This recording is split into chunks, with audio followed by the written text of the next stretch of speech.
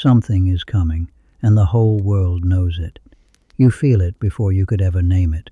You are sitting at the mouth of the shelter in the late afternoon, and the day has gone strange and still, not the stillness of peace, the stillness of waiting. The air has grown thick and warm and heavy, pressing against your skin like a held breath, and the light has changed. All the hard edges of noon have softened. The sun is still up there somewhere, but it has gone behind a high grey veil, and the light that reaches the valley now is flat and gentle and shadowless, the kind of light that makes the green of the trees look deeper and the stone look older. There is a weight in the air. That is the only way to say it. You can feel it on your shoulders, in your chest, in the slow way your own body wants to move. The birds feel it too. Their singing, which filled the morning, has thinned away to almost nothing. A note here, a note there, brief and low, like voices in a place where quiet is expected. The insects that shrilled all through the heat of the day have softened. Even the trees are still, not one leaf turning. The whole valley has lowered its voice. And far away, at the very edge of the world, so faint that you feel it in your breastbone more than hear it with your ears, the sky clears its throat. A long, low, rolling murmur, rising once and falling and gone. Thunder, but thunder so distant it is barely a rumor of thunder. The sound of a storm that is still a day's walk away, or more, talking quietly to itself as it comes on across the far country. No one in the camp is alarmed. That is the first thing to understand about this hour, and the most important. Look at the people around you, near the shelter, by the fire. They heard it too, every one of them. A grandmother lifts her head from her work for a moment, reads the sky the way you would read a familiar face, and goes back to her work. Two of the young ones pause on the path with their loads of wood and look west, where the light is deepest gray, and say something low to each other, and walk on, unhurried.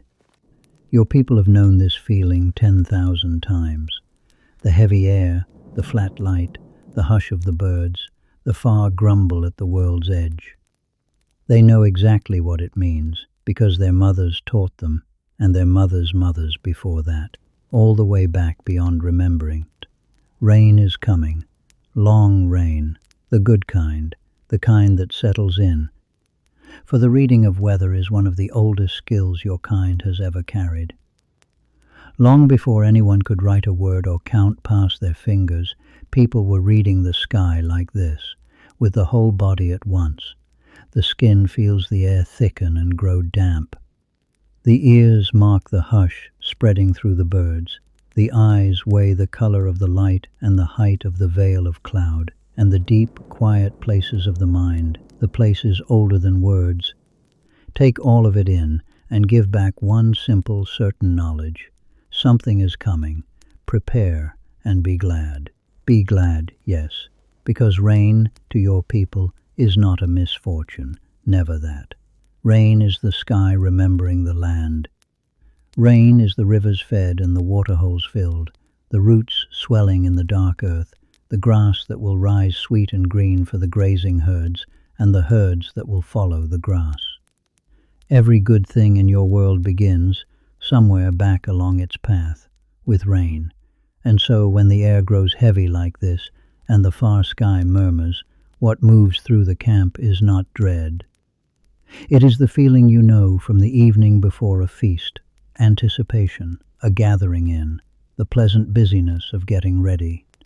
You stay a while at the shelter mouth, watching the west. The clouds there are building, slowly, the way great things build. Not the small white wanderers of a fair afternoon, but a long dark bank of them, filling the space between the far hills and the sky, deep gray shading into deeper blue-gray at its base. Its height still touched with the last pale silver of the hidden sun. It is beautiful, in the way that large, slow things are beautiful. It does not race, it does not need to. It comes on at its own pace, wide as the whole horizon, patient as the seasons, and everything beneath it, Every valley and hill and river between there and here is already receiving what it brings. The air stirs just once, the first true breath of the coming change. It moves through the camp soft and cool, cooler than any air the day has offered, and it touches your face and is gone.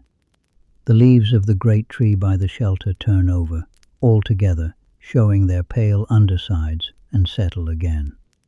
Somewhere behind you, in the shelter's warm dimness, someone lays wood on the fire, and the smoke rises straight for a moment, and then leans gently away from the west.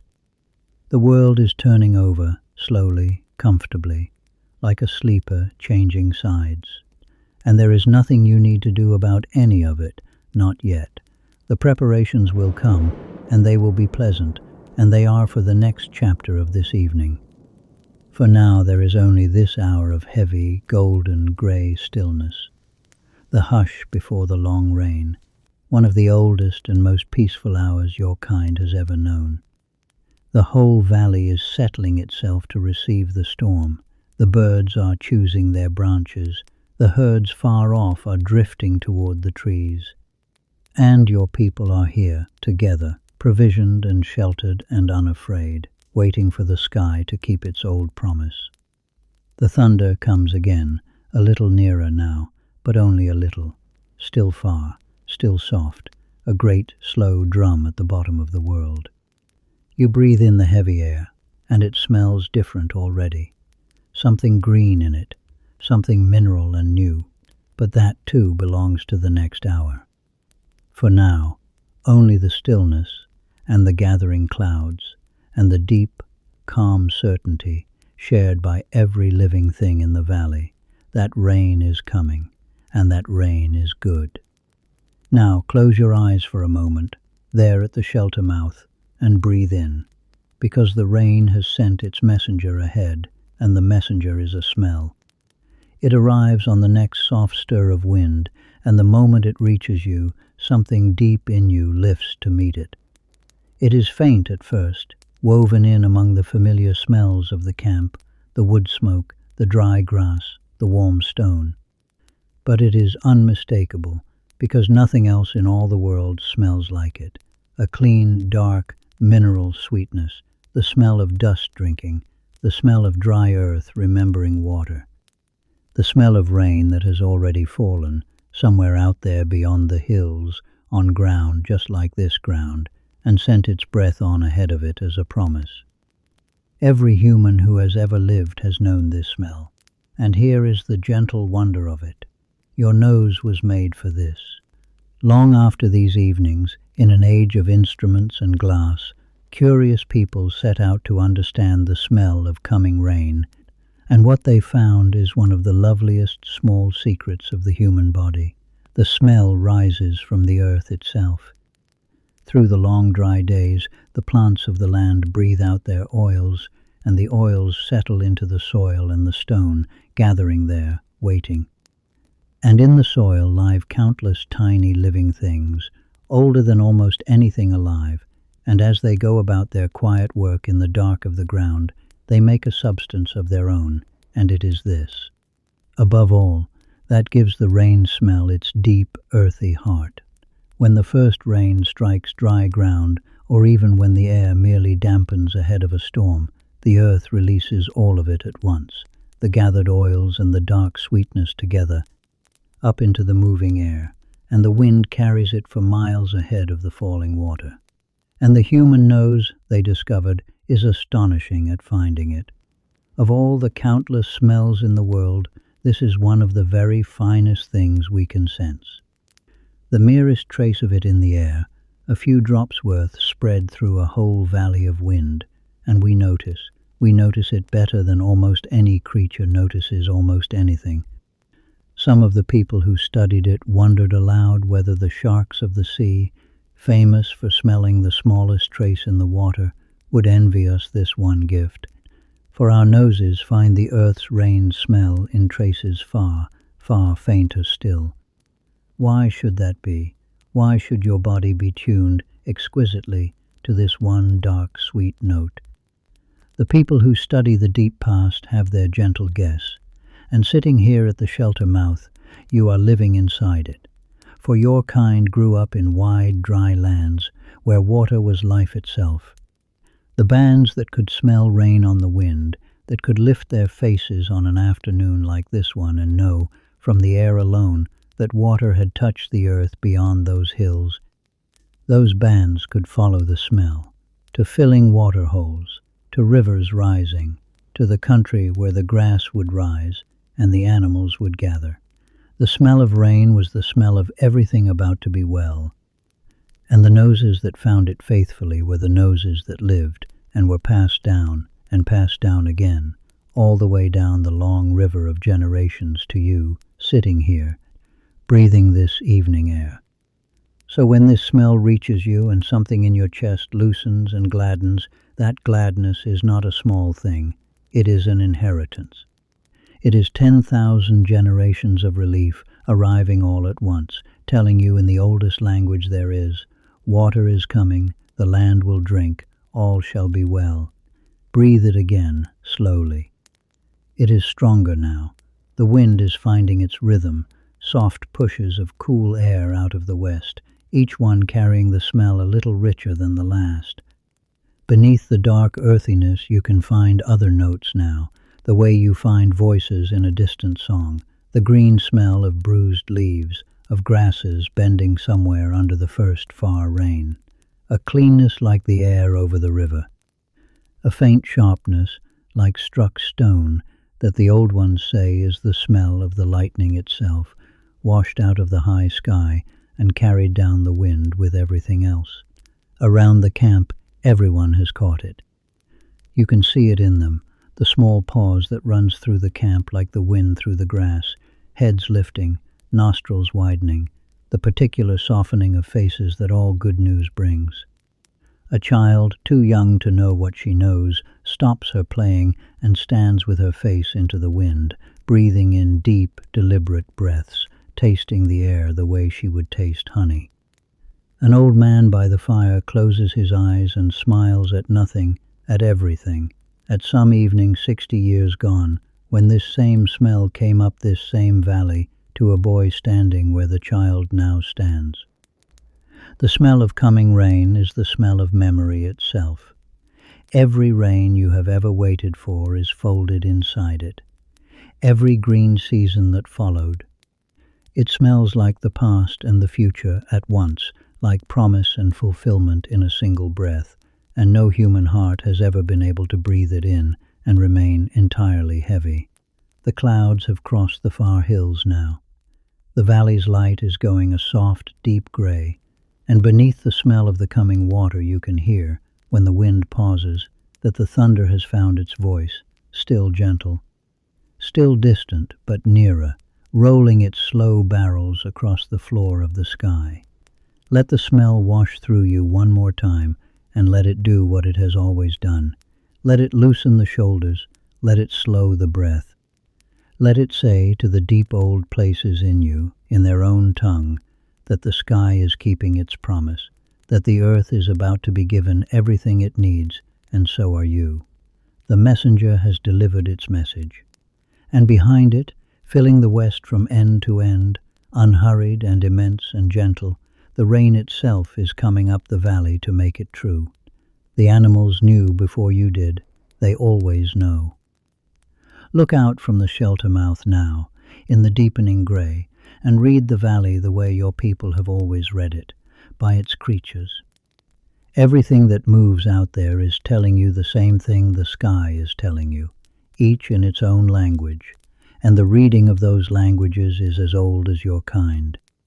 The birds spoke first. Hours ago, when the air first began to thicken, they changed their day. The high-wheeling ones came down, the far-ranging ones turned home. All afternoon they have been feeding fast and low, sweeping along the tree lines, after the small insects that the heavy air presses down toward the ground, hurrying to fill themselves before the weather closes. And now, in this last grey hour, they are going quiet, kind by kind. They are done. They have eaten and chosen their roosts deep in the thick of the trees, close against the trunks where the leaves lie over one another like thatch, and they are settling in, fluffed and provisioned and patient. When the birds go early to their branches, the old ones say, "The sky means what it says." The small creatures of the ground have been busy too.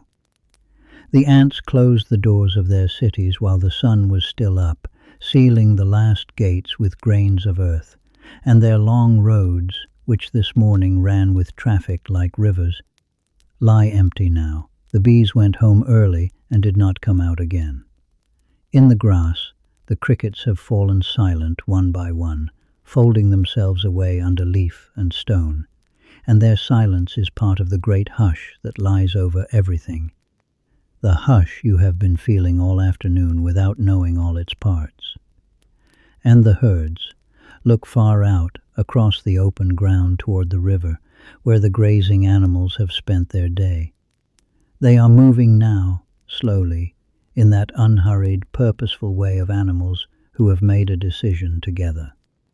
Drifting off the open flats, up toward the higher ground and the shelter of the tree lines, gathering themselves out of the wind that is coming and above the water that will run. They have turned their backs to the west, all of them, the whole scattered nation of them turning as one, the way grass turns, and they graze as they go, taking the last easy mouthfuls of the dry world before it becomes, for a while, the wet one. Your people watch all of this the way you would listen to trusted friends, for this is one of the deep arts of the old life, perhaps the deepest. To live well in the wide world, your kind learned, long before all remembering, to let the other creatures do half of their thinking for them. The animals are older in this valley than any people. Their knowledge of its weathers is written into their very bodies. The birds feel the air's weight change through their hollow bones. The herds smell the rain further off than even you can. The small things of the grass count the coming water in ways no one will ever name. And all of them, every feather and hoof and shell of them, publish what they know, freely, in the open air, to anyone with the wit to watch. So the watching became your inheritance too. The trackers of your people can read a day-old footprint like a story, and they read the living land the same way, always, without effort, the way you hear language without choosing to. A camp of your people never meets weather unwarned. Between the sky's own signs and the animals' 10,000 small announcements, the storm has been telling the valley about itself since yesterday, and the valley has been listening. And your people are part of the valley. There is a lesson folded in this hour, and it is a restful one. See how nothing out there is afraid. The birds settling in their thick trees are not fleeing, they are getting comfortable. The herds drifting to high ground are not running. They walk, they pause, they graze, they walk on. The whole valley is doing precisely what your own camp is doing, no more and no less. It is making itself comfortable before the rain. Every creature under this grey sky has weathered 100 rains and knows this one for what it is. Not a catastrophe, a season, a long drink, an enforced and not unwelcome rest. The world has done this countless times before, and every living thing in it carries, in body and blood, the calm procedures of an ancient routine. A pair of the ground birds run past below the shelter, one behind the other, quick and low, heads down, on their way to whatever thicket they have used for this purpose all their lives. A hare has appeared at the edge of the near grass, sitting up tall, ears turning, taking one long last reading of the evening, and now it is gone, folded down into some dry form among the roots, where the rain will drum on the grass above it all night and never find it. Everything sheltered, everything settled, the valley tucking itself in, creature by creature, like a great slow household going to bed. And the first outriders of the storm are overhead now. The high veil has thickened and lowered, and beneath it the true clouds are coming on, vast and soft-bellied, the color of wet slate, trailing grey curtains beneath them far up the valley where the rain is already walking on the hills. The thunder rolls again, unhurried, and for the first time you hear beneath it that other sound, that softest and most wonderful of far sounds, like a long breath drawn through leaves, like a river heard through a hillside. The sound of rain itself, falling on the world a valley away. The birds are silent, the herds are high, the small things are home. And now, at last, so must you be. For the wind is rising, sweet and cool and wet, and there are a few pleasant things to be done before the sky arrives, and the whole camp is stirring to do them, calmly, gladly, in the grey and fragrant light. The animals knew before you, and like the animals, you know exactly what to do. And now comes one of the most pleasant hours a camp can know, the hour of getting ready. There is a special sweetness to work done ahead of weather. Every task has a shape and a reason, every hand knows its errand, and over all of it lies the happy urgency of a race that cannot really be lost, because the racers began in plenty of time, as they always do. The camp moves all at once now, easily, like one creature with many hands, and you move with it. Firewood first, always firewood first. The woodpile under the deep, dry overhang of the shelter is already generous, laid in over past days the way it is always laid in, because your people never let it fall low. But rainwood is its own kind of wealth, and so armfuls more are coming in from every direction, dead branches from beneath the thick trees where the ground stays driest, broken to length across a knee, passed hand to hand up the slope, stacked deep in the shelter's driest corner where not even a week of storms could reach them. The children carry the kindling, bundles of twigs and bark bigger than their own bodies, staggering theatrically under loads they could carry twice over, and are praised and go back for more. Deeper still, in a fold of hide in the driest place of all, the fire's true treasure is checked and put safely by. The tinder, dry inner bark rubbed soft as down. A store of the dried fungus that drinks a spark and holds it smouldering for hours. Handfuls of last season's grass, pale and light as air. Little things, humble things, and worth more than any weight of wood, for they are the fire's seed, and they are kept dry the way life itself is kept. Water next, which may seem a strange errand with a sky full of it coming. But your people know that the first water off a long dry land runs cloudy, and that no one wants to leave the fire's warmth for the river's edge in the middle of a wet night. So the skins and the gourds and the folded bark vessels go down the path to the clear pool one last time, and come back brimming and cool and beaded, and are set along the shelter's back wall in a patient row, days of good drinking, so that once the rain begins, no one need go anywhere at all. Food is coming in too, and here you see the calm depth of your people's providence. From the drying racks, the last of the split fish and the strips of meat brought under cover before the damp can find them. Baskets of nuts from the great store, hard-shelled and faithful, that will roast in the coals through every rainy evening ahead. Roots and tubers from yesterday's gathering, still earthy, banked in a cool corner. The good bones saved from the last hunt, heavy with marrow, wealth in its oldest form. Long after these evenings, the people who study the deep past would find the proof of habits just like these, stores kept, bones held back for later, food set by against the lean day. In the dwelling places of people older than your oldest stories, providence is not a new invention. It is as old as the fires.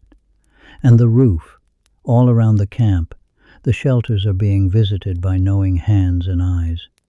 Where your people have built, the building is checked, the bundled grass of the thatch pressed and smoothed and thickened where it wants thickening. Fresh armfuls laid over the crown and lashed with cord, the hides drawn tighter over their frames, the doorways turned away from the weather's coming side. Your people can raise a rain-tight house of poles and grass in a morning, and they are proud of their thatch, and rightly.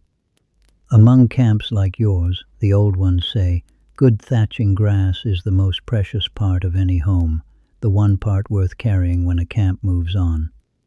And where the shelter is the stone itself, the great dry brow of rock above you, the work is even simpler. The bedding is drawn back deep behind the drip line, the wood is stacked high, the hearth is trimmed, and the oldest roof in the world, which has shed 10,000 storms without a mender, is looked at once and trusted. You carry your own last armful in as the light goes low and green-grey, and pause a moment at the threshold and look at what the hour has made. Everything is in. That is the feeling, and there are few feelings finer. The wood high and dry, the water in its patient row, the food banked and covered, the bedding deep, the hides tight, the tools and the half-finished works of the camp, all gathered in from wherever the fair days had scattered them. Even the dogs are in, curled already in their places, noses on paws, one weatherwise eye on the door. The whole life of the camp, which spreads itself wide across the valley on a dry day, has drawn itself in under the roofs like a hand closing gently into a warm, loose fist.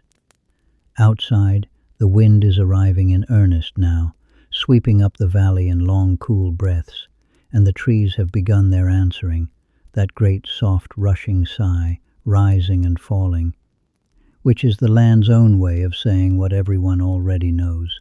The first far curtains of rain are visible up the valley, grey and slow, joining sky to earth. The thunder walks nearer, still easy, still unhurried, a great drum carried up the valley on someone's patient shoulder. Someone laughs, down by the nearest shelter, at a last child chased indoors. Someone calls a final word across the camp and is answered. The fire behind you snaps and settles, well fed, ready for its long employment, and the first drop falls. You do not see it, you hear it, one single, round, deliberate tap, somewhere up on the stone above you, loud in the hush, absurdly small against the whole coming sky. And then another, and another after that. The errands are done, the camp is ready, snug and provisioned and gathered. Let it come. It begins the way all long rains begin, slowly and one drop at a time, tap, on the stone above the shelter mouth, then quiet, then tap, tap, off among the leaves of the great tree, 2 heavy drops striking 2 broad leaves, each leaf dipping under the small weight and springing back. Then a longer quiet, as though the sky were listening to the sound of its own beginning. Then a soft scatter, a handful of drops flung loose across the camp, on stone, on thatch, on the dust of the paths, each one landing round and whole and separate, each one making its own small dark star in the dust. You stand just inside the shelter mouth, in the dry, watching the rain learn to fall.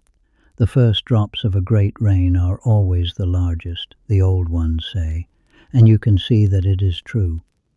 They come down fat and slow and singular, gleaming as they fall through the last of the grey light, and where they strike the warm dust, they raise tiny breaths of scent and the rain smell, which all afternoon came to you from far away, is suddenly everywhere, rising from the ground at your feet, thick and sweet and dizzying.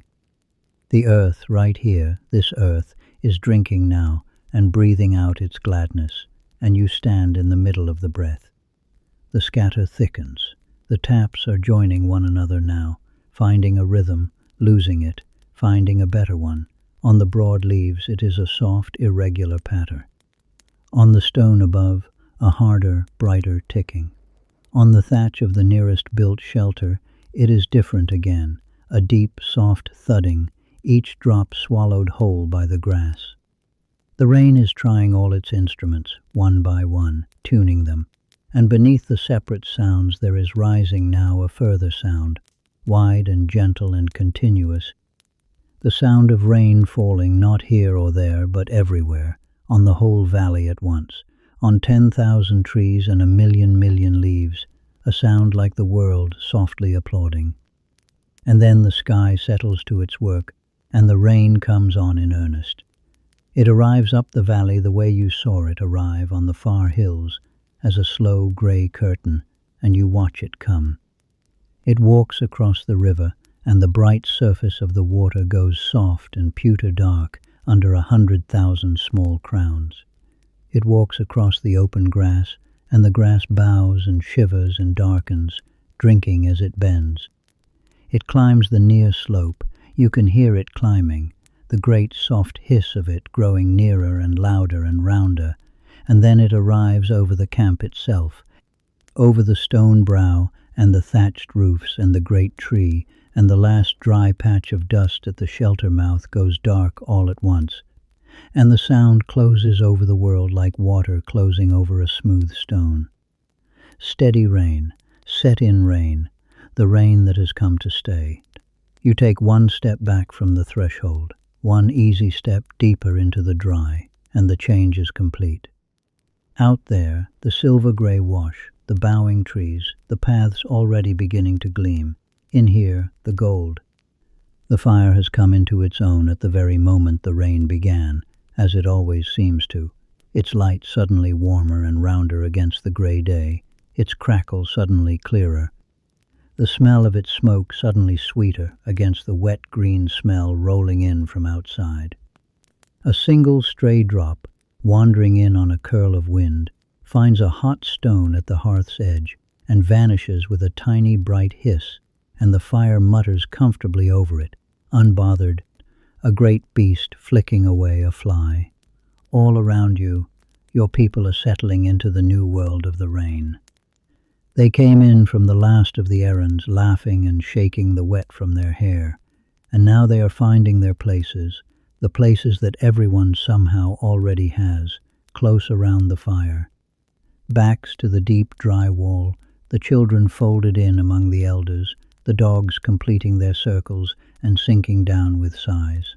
Faces are turned outward toward the silver mouth of the shelter, watching the rain as people have always watched it from shelter, with that particular expression, soft, absorbed, faintly smiling, that the first hour of a long rain has drawn from human faces forever, because there is nothing else to do.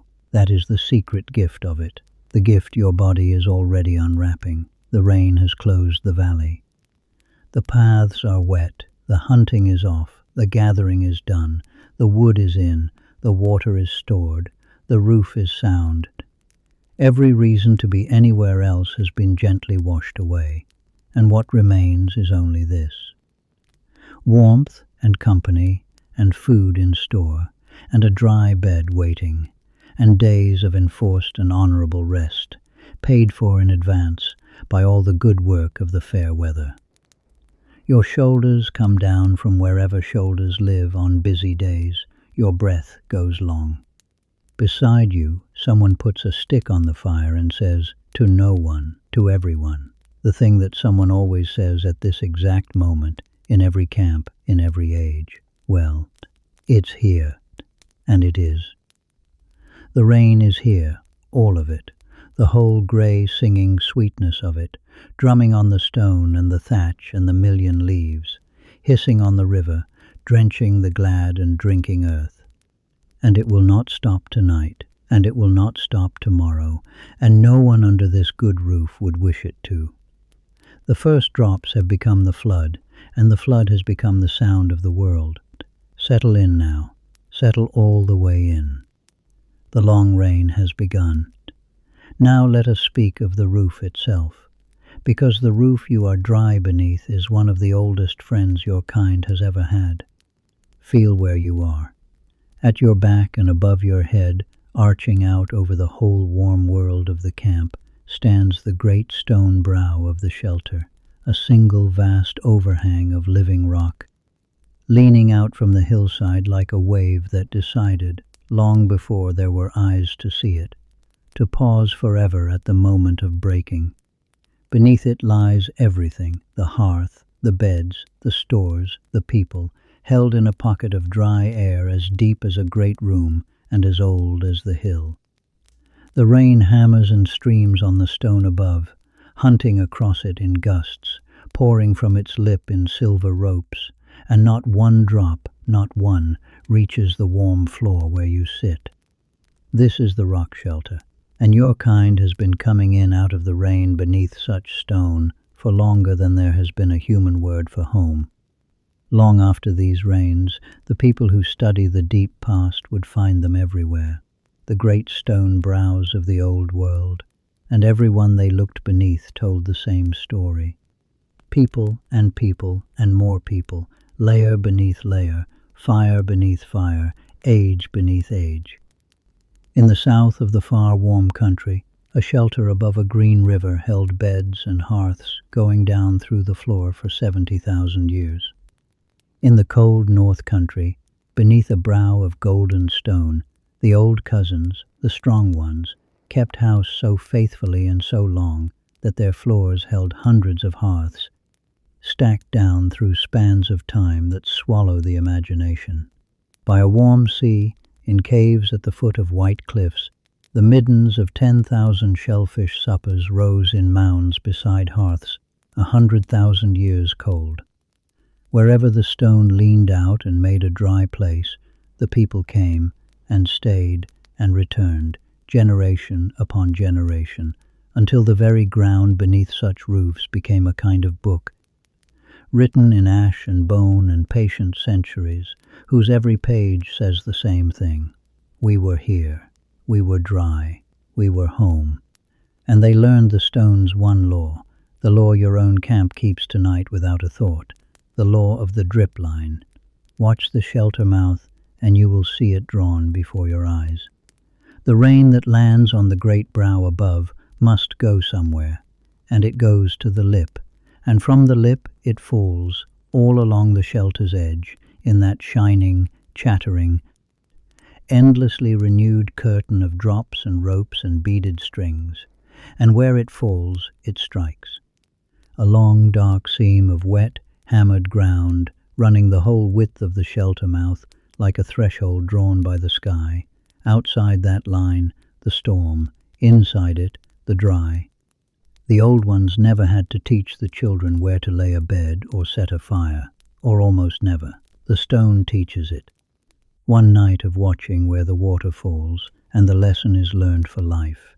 Everything that matters lives well back of the line, the bed's deepest of all, in against the warm back wall. The fire in the middle ground, where its smoke can find the opening. The work and the coming and going in the bright front country just inside the threshold. And the drip line itself left to the rain, a border kept by both sides in perfect faith. Long after, the studiers of the deep past would stand in shelters like this one, during rains like this one, and watch the water keep to its old line, and find, when they opened the ground, that the people of the deep past had read it exactly as anyone would, the hearths and the beds and the litter of long habitation, all of it gathered snug inside the line. The hammered seam at the threshold, empty. Some laws are so good they are never broken and never changed, and this is one. The stone and the rain agreed on it before your kind ever came, and your kind had only to notice and be grateful and move in. Listen now to what the stone does with the storm. Rain on rock is its own music, unlike rain on leaves or grass or water. It is brighter, harder, more articulate. Each drop on the brow above you lands with a tiny, definite knock, and the knocks run together into a high, constant shimmer, and beneath the shimmer the gathered water moves, sheeting and channeling across the old stone on paths it has followed for 10,000 storms, murmuring in the runnels, gurgling softly where it turns, and pouring at last off the lip in the curtain's endless silver spill. And all of it, every knock and murmur and spill of it, comes to you rounded and mellowed and made harmless, sounding through a body of rock so vast and so calm that the storm can only ever play on its surface, like a child drumming on the shoulder of a sleeping giant. The stone does not care. That is the deepest comfort of it, the thing your body has understood since you first sheltered here. Thatch is faithful and hide is snug, and you will lie warm beneath both in other seasons.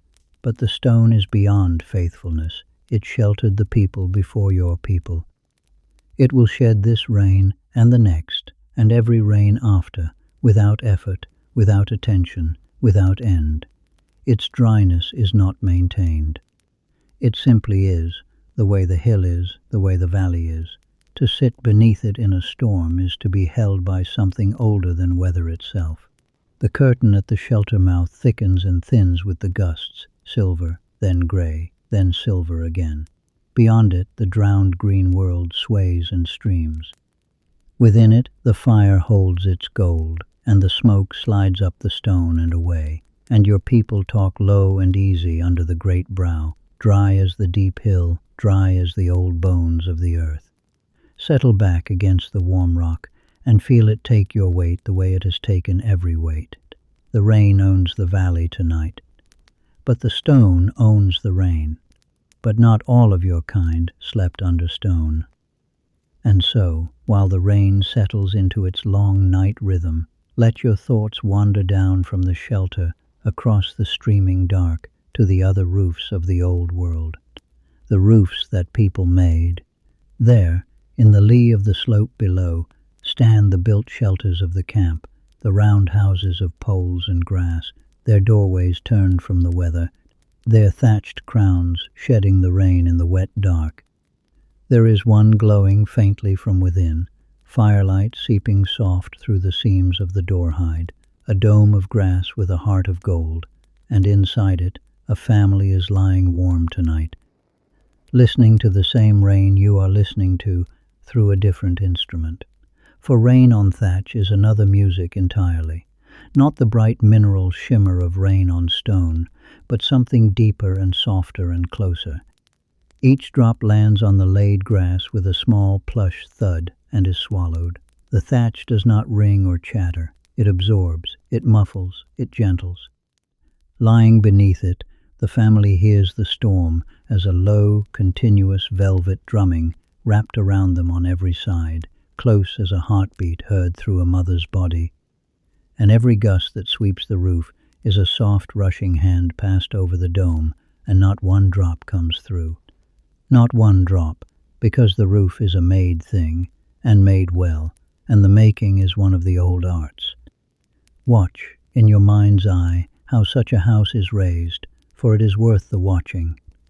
It begins with green poles, cut and carried and set butt down in a ring, then bent inward, each to meet its opposite, and lashed at the crossing, until a dome of hooped wood stands like the ribs of a great basket turned over the ground. Then the grass. Long thatching grass, cut in armfuls, carried in bundles, and laid on in courses from the ground upward, each course overlapping, the one below the way feathers overlap on a bird's back, so that water landing anywhere must run always outward and downward, from grass to grass to grass, and reach the ground, and never the inside. The women of the camps raise such a house in a morning, the old ones say, and among the peoples who live this way in later ages, the grass itself is treasured above everything. When a camp moves on, they say, the poles are left standing, and the hides can be replaced, but the good thatching grass is stripped and rolled and carried, because a land does not offer such grass everywhere, and a family's dryness travels with them in those bundles, and where the grass was scarce, the world offered other roofs.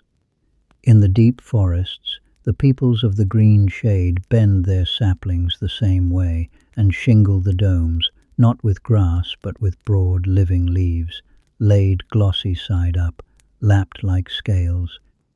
A roof grown by the trees themselves and assembled in an afternoon, off which the forest rain, which falls harder than any other rain, pours and finds no way in. And on the cold open plains, where neither grass nor leaf could serve, the roofs were hide.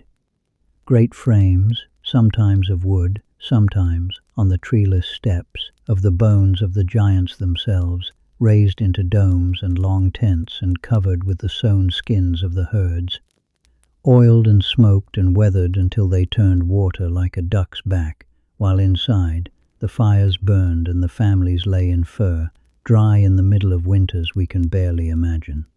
We know, because the earth remembered some of them. Long after these rains, by the shore of a lake in a warm valley, the studiers of the deep past found the floors of a camp of brush houses more than 20,000 years old, the oldest such houses anyone has ever found. The walls had been of branches, tamarisk and oak, bowed together in just the old way. And on the floors, preserved by a wonder of mud and water, lay the bedding still, soft grasses laid thick around the hearths, and the countless small leavings of family life, seeds and fish bones, and the flakes of a toolmaker who sat in the doorway light. A house of brush and grass, humble as a bird's nest, and it had held its family, and its dryness, and its evenings, so well and so long that the earth itself chose to keep the memory.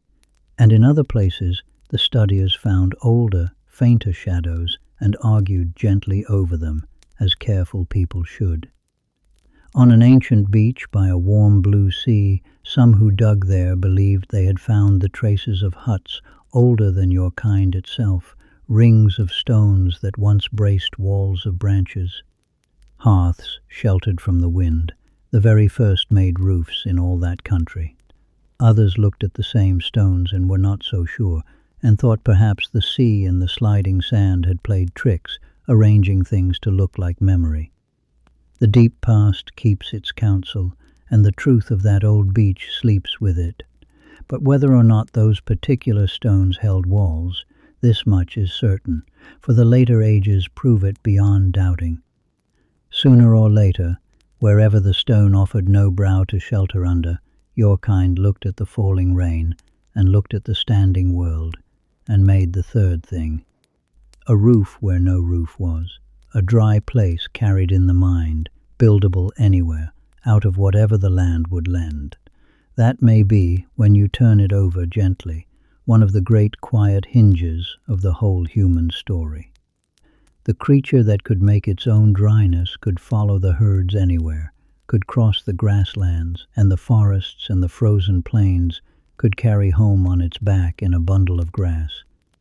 The rain, which pins every other creature to its den and its thicket, set your kind free instead by teaching it to build. The fire in the grass dome below has sunk to an ember glow. The family there is asleep by now, breathing under fur, under leaf-brown grass, under the long, soft drumming. And the rain goes on, playing all its roofs at once, the stone and the thatch and the hide and the leaf, every one a different instrument, every one made or found or kept by human care. And under every one of them, tonight as always, the same treasure, dry people, sleeping. And in the middle of all that water, impossible and faithful, the fire burns on. Turn back from the shelter mouth now and look at it, the camp's warm heart, snapping softly to itself in its ring of stones, well back in the dry country behind the drip line. All evening, while the rain closed over the valley, the fire has sat here glowing like a held coal in a cupped hand, and there may be no sight in all the world that says safety more deeply to the human body than this one. Water without end falling from the sky, and flame, alive and easy, burning gently in the midst of it. It is no accident.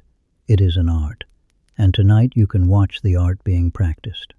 See how the hearth was placed, first of all. Not at the shelter's bright mouth, where the swirling gusts would tear at the flames and the blown rain would search them out, but here in the middle ground, under the deepest arch of the stone, where the air lies calm and the smoke can slide along the roof and out over the drip line on its own. The wood stacked beside it is the driest of the dry store, dead branches gathered from under thick trees, and kept under cover for exactly such a season, and it burns clean and sure. When a green stick goes on by chance, the fire complains of it in hisses and white smoke, and someone hooks it out again without a word. The fire is fed slow and steady tonight, not large, never wasteful, a working flame the size of the family's need, because the woodpile must last the rain out, and everyone can feel, without counting, exactly how the two of them stand, the pile and the storm, wealth against weather. And when a wandering drop does find its way in, blown deep on some curling gust, and lands where the heat is, there is that small bright sound, the tiny fierce hiss of water meeting ember, gone in an instant. The fire flinches no more than the hill does. It has met rain before. But the true art, the deep art, is not tonight's tending. It is the unbroken thread that tonight's fire hangs from, because your people, like almost all the peoples of the old world, do not lightly make fire new. Making fire from nothing, with the drill or the striking stone, is a skill they have, but a laborious one, and in a wet season a chancy one, when every tinder in the open world is damp and sullen. No, the true way, the old way, is not to make fire but to keep it. The fire in this hearth was not born tonight. It was carried here as an ember from the fire before it, and that one from the fire before that, in an unbroken line of glowing coals running back through every camp your people have ever made, back beyond memory, back beyond the stories themselves. Fire in the old world is not lit, it is inherited. Long after these rains, curious people went and counted, among the last of the peoples who lived the old way, how the thing was truly done. And of all the wandering bands they asked about, nearly every one, when the time came to move camp, carried their fire with them. A smouldering brand wrapped in green leaves, a slow burning braid of bark nursed along the trail, a live coal bedded in ash inside a horn or a shell, fed a breath of air at each rest. Only a very few, out of all of them, ever walked away from a living fire and struck a new one at the day's end. And when a hearth went cold by mischance, the mending of it was the same. Not the drill, the neighbour. An ember begged from the next fire over, carried home glowing, and coaxed back to flame. Fire ran through the old world the way blood runs through a body, passed and shared, and never willingly let die. And so every camp kept, as yours keeps, the fire's own treasury, and kept it drier than anything else it owned. You saw it stowed this afternoon in the deepest fold of the driest corner, the tinder store, punk wood crumbling and thirsty for a spark, the soft rubbed bark fine as hair.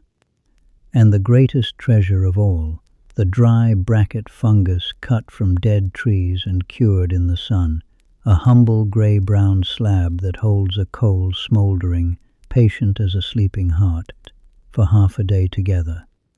With such a store and a live hearth and the neighbourly law of the shared ember, a camp of the old world could keep its fire alive through any weather the sky could bring. The rain could fall for a week, for a month, for a season. Somewhere under the stone or under the thatch the coal survived, and where the coal survived, everything survived. Feel what that faithfulness means on a night like this one. The warmth on your face right now is old beyond saying. Not this flame which was born this evening of the evening's wood, but the line of it, the living line. Somewhere far back down that line, on some other rainy night deep in the well of time, someone crouched as someone crouched tonight, feeding a small flame under a stone brow while the water poured off the lip, keeping the coal alive for children not yet born. They kept it, and it came down, hearth to hearth, hand to hand, through more rains than there are drops in this one, and here it is, burning quietly in front of you, still kept. The rain drums on, vast and soft, owning the whole dark valley. And the fire answers it the way it has always answered, with its small, unhurried crackle, its steady gold, its plume of smoke sliding out under the stone into the wet night like a calm reply. Water and flame, the two great powers of the old world, meeting tonight as they met 10,000 nights before, on the terms your people long ago arranged between them. The rain may have the sky and the trees and the streaming hills. The fire keeps the circle, and the people, warm between the two of them, keep the fire. The evening is deepening now, and while the rain drums its long drum, the beds are being laid. You watch it happen around you in the firelight, the old unhurried ceremony of it, and then you rise to lay your own. From the deep dry store against the back wall come the armfuls of bedding, gathered green in the fair days and cured to softness, and the smell of them opens into the shelter's warm air the moment they are shaken loose. Sedges from the river margin, long-bladed and pliant, still holding a ghost of the water they grew beside, soft grasses, pale and sweet, and through them, laid on purpose, the leaves. You know the leaves. Everyone in the camp knows them, down to the smallest child, broad, glossy, dark, cut from a particular tree that grows down by the water, a tree the grandmothers could find blindfolded. Crushed between the fingers, the leaves give up a sharp, clean scent, half spice and half medicine, that cuts through the smells of smoke and rain and bodies like a bright thread through dark cloth. That scent is the reason they are here. For the small biting things of the world, the crawlers and the whining flyers that love a warm sleeper on a damp night, cannot abide it. Where these leaves are laid, the grandmothers say, sleep goes untroubled. And the grandmothers, as the deep past itself would one day prove, are right. Because long after these rains, in that far southern shelter above its green river, the people who study the deep past came upon the beds themselves. They dug down through the old floors, layer under layer, and there, pressed thin as pages but perfect, lay the bedding of the ancients, sedges and rushes and soft stems, laid by hands 70,000 years gone and more, and capping the oldest layers, they found the leaves. The same kind of glossy leaves, from the same kind of riverside tree, and when they studied them closely, they found within them the very oils and essences that drive off the biting insects. The very virtue the grandmothers name tonight. 70,000 years, and the recipe for a good bed in a wet season had not changed by a single leaf. And those old floors held one more secret, homely and wonderful. From time to time, down all those slow ages, the ancient sleepers had burned their bedding where it lay, not by mischance, by design. When a bed grew old and tired and overfamiliar to the small crawling world, it was given to the fire, right there on its own ground, and the clean ash smoothed flat, and fresh sedges laid sweet over the top, housekeeping older than houses. The studiers, reading those thin, bright bands of ash between the layers of grass, understood that they were looking at the world's oldest made beds, and also at the world's oldest changed sheets. Your own bed rises under your hands now, in the same old order. The deep, springy body of sedge and grass, laid thick, teased and turned until it stands as high as your two hands, so that the cool of the floor is banished somewhere far below. The sharp, sweet leaves scattered through the upper layers, guardians in green, and over all, the soft hides, worked supple, warm before you even lie on them, from the fire's steady glow across the shelter. You pat it and press it and know it the way you know all good work, and around you, in their own places against the warm back wall, the others are finishing the same, and the shelter has filled with the meadow smell of disturbed grass and the sharpness of the leaves, laid over the wood smoke like a blessing. Then you lie down, and the bed receives you, and oh, the goodness of it. The sedges sigh and settle, moulding to shoulder and hip, floating you on a hand's depth of softness above the ancient floor. The hide comes over you with its kind weight. And the moment you are still, the rain rises up around you, closer and clearer than it has been all evening, because a lying body hears the night differently. And now the long drumming on the stone above is not out there at all. It is a roof of sound, laid over you as surely as the hide, sealed at every edge. You lie in the deep grass smell, listening. The fire ticks in its ring a few steps away, dimmed to its night burning. The others breathe and rustle and go quiet, one by one, each in their nest of sedge, and hide along the old back wall, in the order the wall has always held them. A child murmurs, is gathered closer to someone warm, and sighs into silence. Beyond the fire's gold, the shelter mouth stands silver-grey and streaming, the drip line chattering its faithful border song, the drowned valley pouring and rushing softly away into the dark. And you think, in the loose warm way of a body sinking toward sleep, of all the beds beneath this bed, the layers going down. Grass upon ash upon grass upon ash, in this shelter and in all the shelters, in the far southern rock above its river and the lakeside camp of brush houses and 10,000 sleeping places besides, all down the unimaginable years. On how many rainy nights, in how many dry refuges, has someone lain exactly here, exactly so, on sweet cured sedge under a worked hide, smelling this same green sharpness, hearing this same drum of water on stone, feeling this same heavy sweetness pouring into their limbs.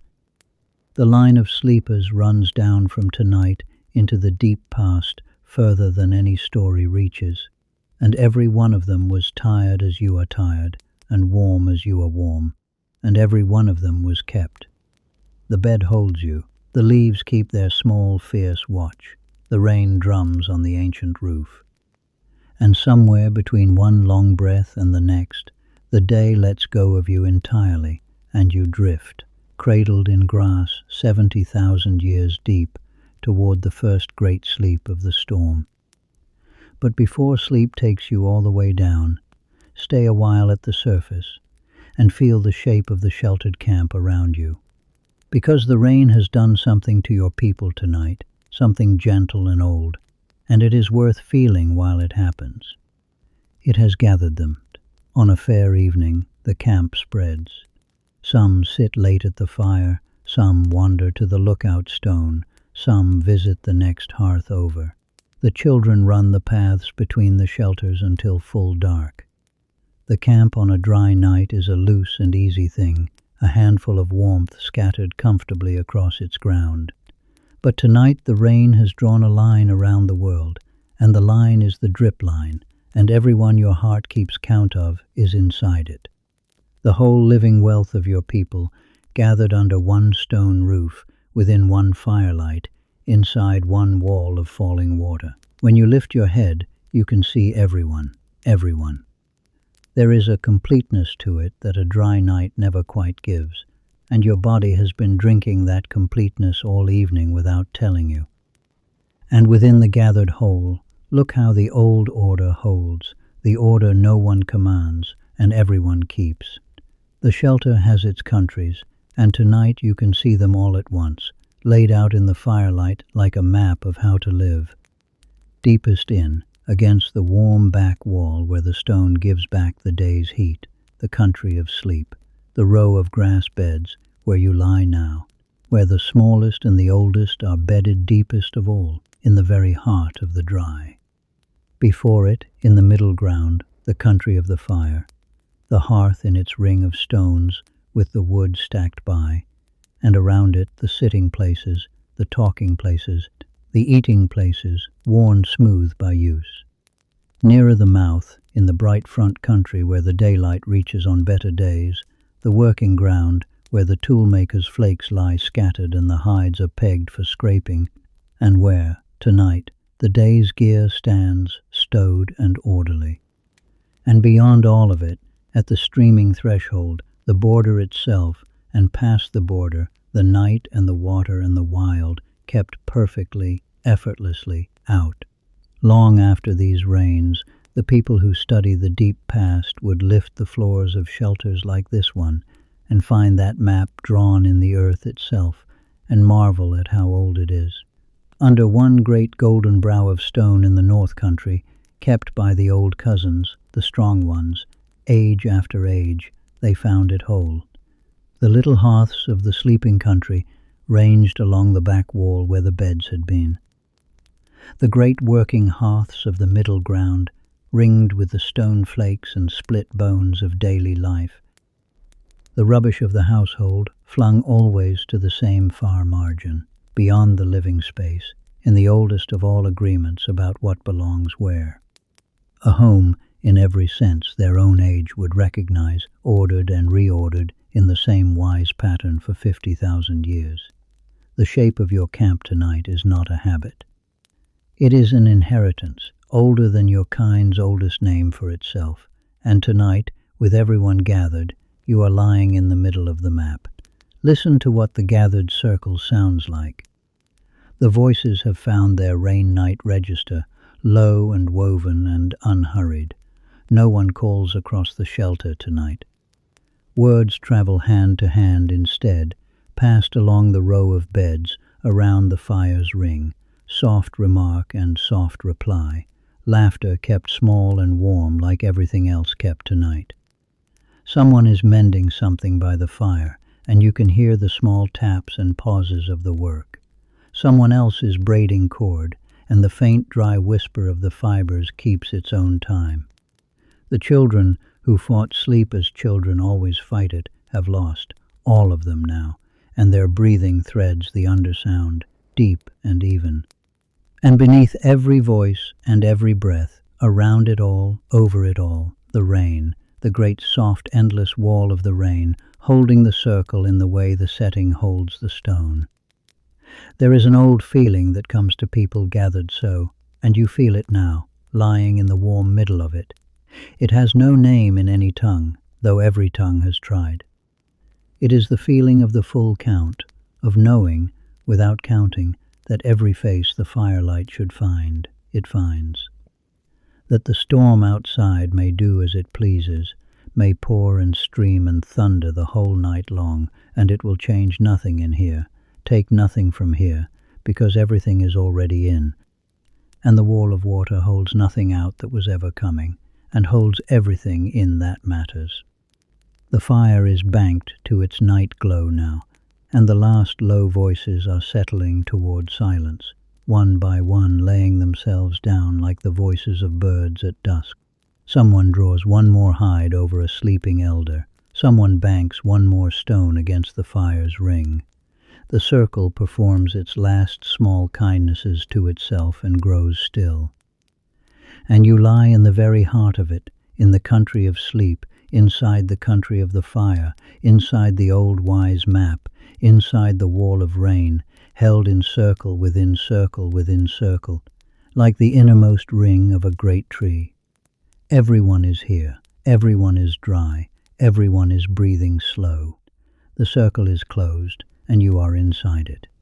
Sleep now, while the rain walks its rounds. And so comes the first full night of the great rain, and with it the deepest sleep the sky knows how to give.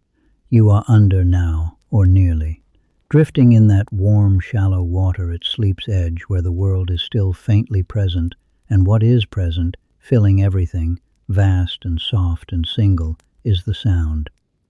The rain has settled, in this deep hour, into its long night voice. Not the excitable scatter of the first drops, not the gusty surging of the evening, but the great level wash of a storm that has found its pace and means to keep it until morning. It falls without emphasis and without pause on the stone and the thatch and the 10,000 trees, and all its million small collisions blend at the ear into one enormous gentleness. A hush the size of the valley, a breath that never needs to turn. Your body is doing something with that sound. It has been doing it all evening, and now, at the edge of sleep, it finishes the work. Because the sound of steady rain, your kind would one day come to understand, is shaped almost perfectly for the sleeping ear. Long after these nights, curious people would study the voices of the world and find that they are not all alike to the drowsing mind. Some sounds prick and jangle, but the voice of steady rain is deep-bodied and soft-topped, full in its low tones, gentle in its high ones, the very shape of sound that the sleeping brain rides most easily. The shape of the sea heard from a dune, of wind in a forest, of blood heard in the womb, the first sounds, the oldest ones. And the rain does a second kindness, quieter still. It covers. In a silent night, the world is all edges. A snapped twig, a shifted stone, a far strange cry, each one stands up, stark against the stillness, and the sleeping ear, which never quite closes, must rise and ask about each one. But under the great wash of the rain, the edges are gone. The million soft collisions fill the night to its brim, and small sudden sounds sink into them like pebbles into deep moss. Nothing can startle a night so full. The rain smooths the world the way a hide smooths a bed, and the listening part of you, the ancient sentry who stands his post even in your deepest sleep, leans on his spear and hears nothing but water, and lets his eyes close too.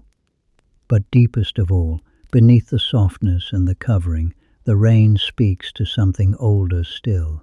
It speaks to the sentry in his oldest tongue, and what it says is this: stand down. Nothing hunts tonight, for your body remembers what your mind was never told. Through all the long ages that made you, a night of steady rain was the safest night there was. The great hunters of the dark do not love the rain. It soaks their coats and chills their patience. It washes every scent from the air and every track from the ground. It fills their sharp ears with the same soft roar that fills yours. On rain nights, the hunters lie up, curled in their own dens and thickets, waiting for the world to dry. Your deepest ancestors learned it before they were even people, and their bodies passed it down. Rain means the wild is bedded down. Rain means no watch is needed beyond the fires. Rain means that of all the nights there are, this night you may sleep with both hands open. And so, tonight, all across the shelter, your people are sleeping the rain sleep, and it is a sleep like no other. You can hear it in them, from your own warm drifting. The breathing along the back wall has gone deeper than most nights carry it, slower, more abandoned. The child who so often stirs has not stirred once. The old man whose sleep comes in short light pieces has been unbroken since the fire was banked. Even the dogs, those ancient light sleepers, lie flung out flat on their sides, paws loose, ears finally, entirely, off duty. The whole circle has let go together, deeper than it lets go under stars, every body in the shelter answering the same old signal in the same old way. The wall of water stands, the sentry sleeps. All hands are open tonight. Feel your own last handholds loosening now. The bed of sedge has warmed through and through, and where your body ends and its softness begins, no one could any longer say. The hide's weight has become your own weight. The fire's glow, through your closed lids, is a faint rose warmth at the edge of a great soft darkness, and it flickers less and less, or you attend it less and less, and the difference no longer matters. The rain pours its long single syllable over the stone above you, over the streaming valley, over the whole sheltered and sleeping world, saying the one thing, the only thing, the best thing, on and on and on. No edges left, no errands left, no watch to keep. The first long night of the rain takes you the way the river takes a leaf, easily, wholly, without one ripple of protest, and carries you down and down into the deepest sleep the old world knows, the rain sleep, the safe sleep, the sleep of open hands. And the storm, gentle warden, walks the roof of the world above you all night long, and lets nothing through but the sound of itself. Morning comes grey and gentle, and the rain is still falling, and no one minds at all. You wake slow, the way rain mornings ask to be woken into, surfacing through the sound that has held you all night and is holding you still.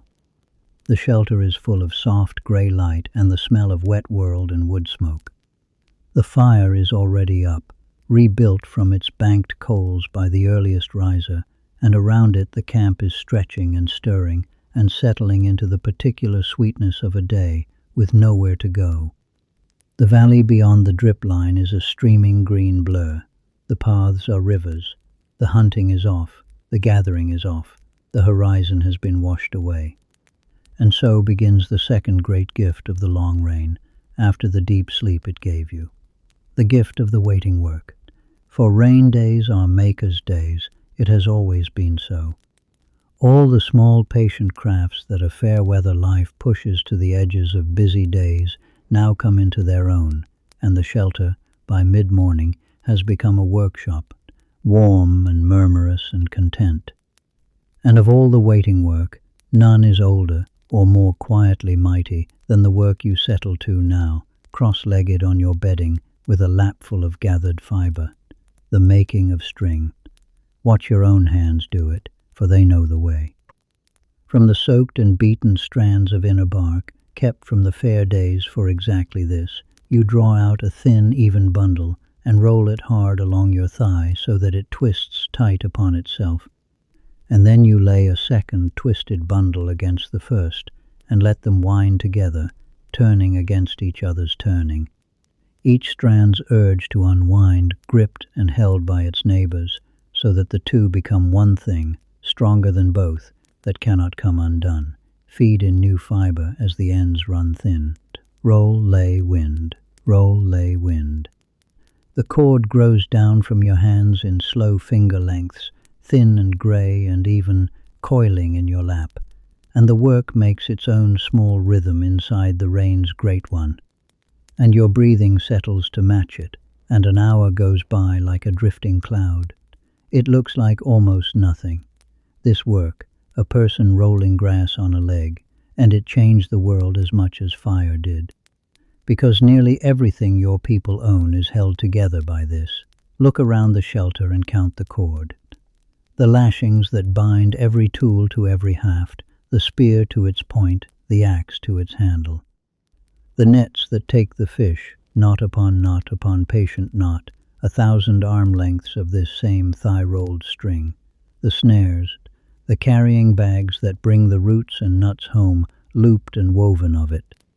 The bindings of the shelter poles, the stitching of the hides, the strings of shell at the throats of the people you love. Take the cord out of the camp, and the camp falls apart in your hands. It is the quiet servant of every louder thing, and someone, on 10,000 rainy days just like this one, sat just like this and made it, arm length by arm length, out of bark and patience. And it is old past easy believing.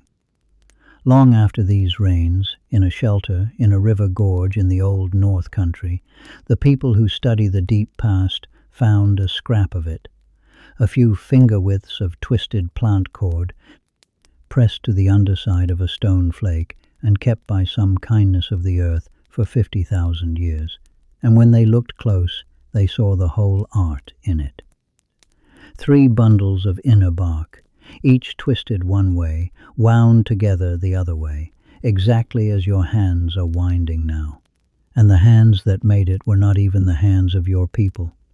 They were the hands of the old cousins, the strong ones, the other humanity, sitting in their own stone shelter through their own long weathers, rolling fibre on a broad thigh, laying up string against the needs of their household. The studiers turned the little cord in their instruments and understood, some of them with tears. They say that they were looking at the oldest string in the world, and that the mind that made it, counting its bundles, holding its twists, was a mind at home in numbers and order and forward-thinking care. A mind like the one behind your own eyes, this grey morning, watching the cord grow in your lap. Around you, the shelter's other hands are at their own waiting work, and the sounds of it weave together, the way the fibers do. The soft, rhythmic scrape of a hide being dressed across a smooth log. The tick, tick, pause of the toolmaker, pressing fine flakes from a stone edge, blowing the dust, tilting the work to the grey light. The patter of a child learning chord at a grandmother's knee, making string too loose and too lumpy and utterly precious, praised and kept, murmured talk that goes nowhere and needs to go nowhere. And under it all, around it all, the rain, the tireless grey benefactor, drumming softly on the stone, keeping the world closed, keeping the workshop open. By the time the light turns toward afternoon, the coil in your lap has grown to a wealth. Arm-length upon arm-length of sound grey cordage, enough to lash a spear, mend a net, string a necklace, bind whatever the next season asks. You draw it through your fingers one last time, feeling for weak turns and finding none, and coil it away with the quiet satisfaction of all finished work. Outside, the rain goes on, generous and unhurried. Let it. There is more bark soaking, and the fire is warm, and the day is long, and there are so many good, slow things that a person can make, sitting dry in the heart of a storm, with nothing but time. The afternoon of a rain day belongs to the menders, and the shelter hums with their quiet industry. Move your attention around the warm, grey-gold room of the shelter now, from worker to worker, the way the firelight moves. Every pair of hands has found its task, and every task is the kind that fair weather never leaves time for. This is the deep housekeeping of the old world, the tending of the tools that tend the life, and a week of rain is not an interruption to it. A week of rain is its appointed season. Nearest the fire, the toolmaker is at work, and his work is worth a long, slow watch. He sits as toolmakers have always sat, settled and rooted, a slab of hide across his lap to catch the flakes, turning a palm-sized core of fine dark stone in the grey light from the shelter mouth. He is not striking today. Striking is for rough work, for the first great shapes. Today is edge work, finish work, rain work. He sets the tip of a pointed tool of antler against the stone's margin, just so, considers, breathes, and presses. And a flake, thin as a fish scale, leaps free with a sound like a single tick of a tiny clock. He tilts the edge to the light, reads it, presses again, tick, pause, tick. Each pressing leaves the edge keener and the shape truer, and the small bright sounds fall into the rain's great wash like pebbles into a river, and slowly, flake by flake, under those patient fingers, a blade is coming to its final sharpness that will serve the camp for seasons. Beside him, the spears are being nursed, shafts sighted down for warp and set to season straight in the fire's dry warmth. Bindings unwrapped, inspected, rewound tight with fresh cord from yesterday's making, set with warmed resin that smells of pine and honey. A loosened point rebedded true. This is the quiet arithmetic of survival, done in comfort, at leisure, with the rain standing guard at the door. When the fair days return and the herds move and everything must work the first time, it will work, because of this grey afternoon, and everyone knows it, and the knowing gives the work its deep contentment. Across the fire, the hide workers keep their older, softer rhythm. A skin from the last hunt, cured and dried in the good weather, is being worked supple now, drawn back and forth across a smooth-worn wooden edge. Scraped in long, even strokes with a curved stone blade, rubbed with rendered fat and worked again, until stiffness gives way, stroke by stroke, to that heavy drape and softness that turns an animal's weathered coat into a family's warmth. It is long work, arm work, the kind that empties the head sweetly, and the two who share it have fallen into a wordless turn-taking, stroke and rest, and the sound of it, that soft rhythmic hushing, is so like the rain's own sound that the two blur together, and the shelter seems to breathe. And long after these rains, the people who study the deep past would find the traces of afternoons exactly like this one, and be moved by them. In the great old shelters, beneath the ash of ancient hearths, the litter of the menders lies where it fell. The sprays of tiny pressure flakes marking where a napper sat, so exactly that the studiers could say, "This person worked here, cross-legged, facing the light." The smooth stones and worn scrapers of the hide dressers, their edges polished by 10,000 strokes. The little lumps of hardened resin, still holding the print of a binding. In a cave in the high eastern mountains, by hearths where the old cousins sheltered from their own storms, the signs of skins dressed and tools tended lay by the fire ash of family camps. And the studiers understood that they were looking at the same scene the firelight shows you now. A household, weathered in, keeping its things in order. The rainy afternoon is one of the oldest rooms in the human house, and it has always been furnished just like this. You have your own mending in your lap. A carrying bag whose seam has begun to open, the awl and the fine cord beside you, and you work the repairs slowly, stitch by stitch, in no hurry at all, because hurry has been rained out of the world. The bag is old. Your hands know its every wear mark.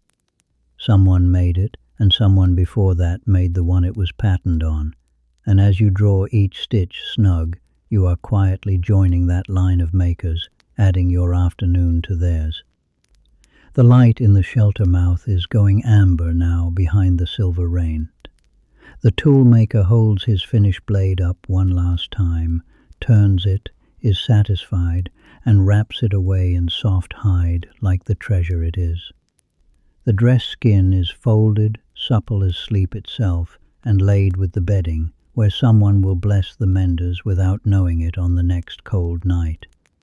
One by one the tasks find their endings, the tools are stowed, the flake hide is shaken out at the margin, and the workshop folds itself quietly back into a home. Outside, the rain keeps its faithful watch, drumming on the stone, streaming from the lip, closing the valley for one more good grey day. And inside, everything is a little better than it was this morning, sharper, tighter, softer, sounder. That is what a rain day leaves behind, and it is not nothing. It is the camp itself, renewed. The fire is fed for evening, the smell of food is beginning. Rest your hands now, they have earned the evening.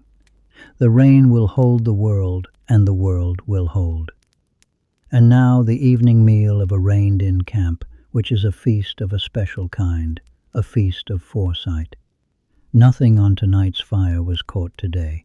No one hunted through that streaming grey, no one grubbed roots in the running mud, and no one needed to.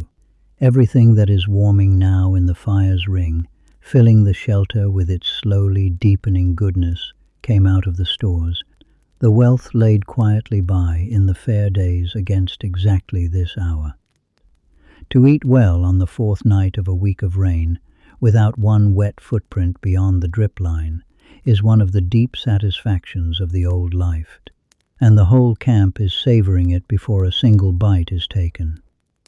Watch what Providence looks like, drawn up around a fire. Here are the nuts, first of all, the great faithful staple, poured rattling from their basket into the roasting place, a shallow bed of coals raked together and mixed with clean dry sand, where they are stirred and turned as they heat through. Your people's country grows a nut so rich and so reliable that whole seasons lean on it, hard-shelled enough to keep from one year into the next, plentiful enough that no one who gathers can ever quite empty the groves.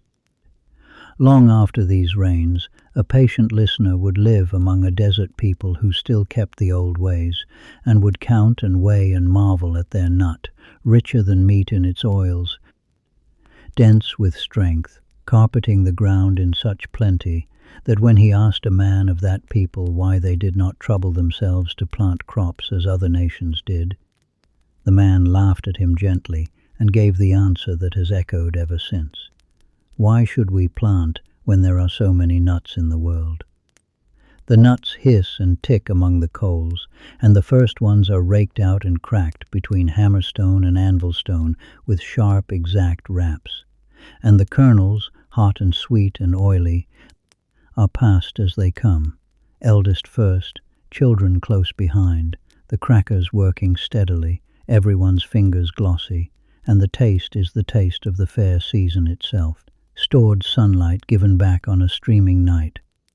Here, too, are the dried stores, the split fish, and the dark strips of meat brought in from the racks ahead of the damp, softening now in a bark vessel of hot water by the coals into a rich, steaming broth.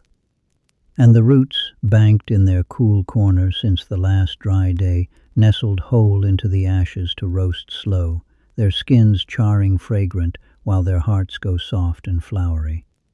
And here, saved back like the treasure it is the marrow. The great bones from the last hunt did not go to the dogs and did not go to waste. They were set by, whole and sealed in their own hard keeping, because your people know what the deep past would one day prove they knew, that a bone is a vessel and marrow keeps. Long after these rains, in a cave in a dry eastern land, the studiers of the deep past would find the bones of deer brought home by people unthinkably old, and see from the marks upon them that the bones had been stored, kept whole for weeks, and only then cracked open for the rich food waiting inside. The oldest larder ever found, they called it, proof that even in the deepest past, people planned for the rainy day in the most literal sense there has ever been. And now, tonight, the rainy day has come, and the bones come to the fire, and are warmed, and set on the anvil stone, and split with practiced blows, and the marrow, loosened and glistening, is drawn out and shared, spread hot on roasted root, richer than anything, the very savings of the season paid out at last. The shelter eats, and the rain drums, and the two sounds are made for each other, because everyone knows this, and no one has ever needed telling. Food is better in the rain. The same nut, the same broth, the same sweet marrow, eaten under a streaming sky with the fire at your knees, tastes deeper than it could ever taste on a mild day. Perhaps it is the cool, damp air sharpening the fire's warmth. Perhaps it is the body's old gladness at being provided for while the world pours. Perhaps it is simply this, that a meal eaten inside the sound of rain is a meal eaten inside a fortress, and safety is the oldest seasoning there is. The eating slows and rounds and settles into afterglow. Fingers are licked and wiped on grass. The broth vessel goes around a last time. Shells and husks are gathered and given to the fire, where they flare and sweeten the smoke. The children, glossy-chinned and heavy-eyed, fold up against their people.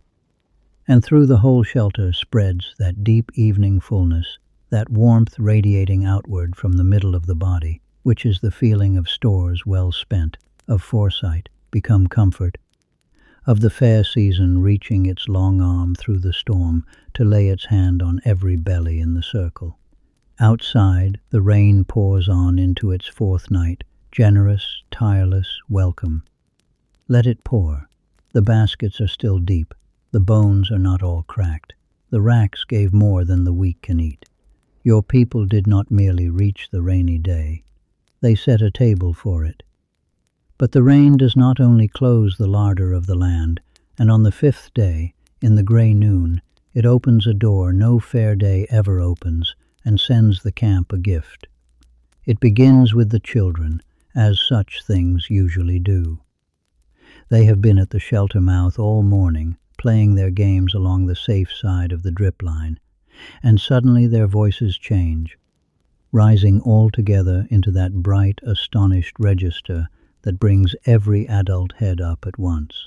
Not fear, wonder. They are pointing out into the silvered air beyond the threshold, where the rain has eased, for an hour, into the softest of drizzles, and the whole camp comes to look. The air is filling with wings. Out of the wet earth itself they are rising, from the great mounded cities of the termites that stand across the valley like brown towers, thousands upon thousands of the winged ones, the flying kind that the mounds keep hidden all year and release only now, only after soaking rain, when the ground is soft for their settling and the air is thick and mild. They rise in slow silver spirals, wings twice the length of their bodies, catching the grey light, drifting and fluttering and settling everywhere, on the grass, on the stones, at the very threshold of the shelter, clumsy and mild and utterly harmless, the gentlest swarm in all the world. And your people laugh out loud, because everyone knows exactly what this is. It is food. It is a feast, delivered by the storm itself to the camp's front door. The winged ones are the richest small food the whole country offers, fat and sweet beyond any grub or grain, and they ask nothing of their gatherers. No stalking, no digging, no danger, no distance. They come to you. The children are already out along the drip line with baskets and cupped hands and shrieks of joy, gathering them from the grass stems where they cling, from the puddle margins, from mid-air. The elders, wiser still, simply set a wide bark tray in the wet light near the threshold and let the feast collect itself. The dogs snap at the drifting wings and eat their catches with thoughtful expressions. In an hour of soft drizzle and soft laughter, the baskets grow heavy with the small silver wealth of the rain. And then to the fire, and the best part. A flat stone is set among the coals, and the winged ones are winnowed of their wings, with a puff of breath and a shake of the tray, and poured hissing onto the hot stone in a spreading handful, and stirred once, twice, with a green twig while they toast. The smell that rises is the smell that makes the whole shelter drift toward the hearth, rich and roasted and warm, and the taste, when the first stone load is shared out into waiting palms, is the taste every child of the old world knows and every grown one remembers from childhood rains, nutty and fat and faintly sweet, like the best kernel of the best nut, crisped at the edges. Long after these rains, the peoples who kept the old ways would still gather them just so, in the first soft hours after storms, and travelers who tasted the roasting would reach, always, for the same words, like roasted nuts, they would say, surprised, like something you would keep as a delicacy. And so it is, and so it is kept, an entire feast that exists only in the gap between rains, that cannot be hunted or planned or stored, that simply arrives on wings when the sky has given the earth enough. Nor are the wings the only gift. Listen, as the drizzle thickens back toward true rain, and the camp settles again around its roasting stone, the valley evening is singing a new song. From every hollow and runnel and rain-made pool, rising and pulsing and answering itself from hillside to hillside, comes the chorus of the frogs, waked by the water from their long, dry sleep in the earth, 1,000 small voices belling and creaking and trilling their gladness into the wet dusk. The rain has filled their world back up. They have their own feast tonight, and their own festival, and their song will braid itself into the rain sound all night long, and into your sleep, another thread of life in the great wet chorus, another voice saying what everything says in this season. The water has come, and the water is good. You sit near the fire with a last warm handful from the roasting stone and watch the silver drizzle deepen back into silver rain and feel the shape of the day settle into you. This is the truth about the storm that the old life never forgot, and the sheltered ages after it would sometimes lose. The rain is not the opposite of plenty. The rain is where plenty comes from. It closes the hunting for a week and opens the earth for a year. It pens the camp beneath its roof and sends a feast walking in on wings to find you. Even in the very middle of its pouring, it cannot help giving. The frogs sing, the fire ticks, the children, fed and rain-blessed and tired in the best way, are being gathered toward the beds. and the rain comes on again in earnest over the shelter, drumming its old faithful drum, as if pleased with itself, as well it might be. Night falls on the 5th day, the beds are warm, the feast is eaten, and now comes the crown of every rained-in evening.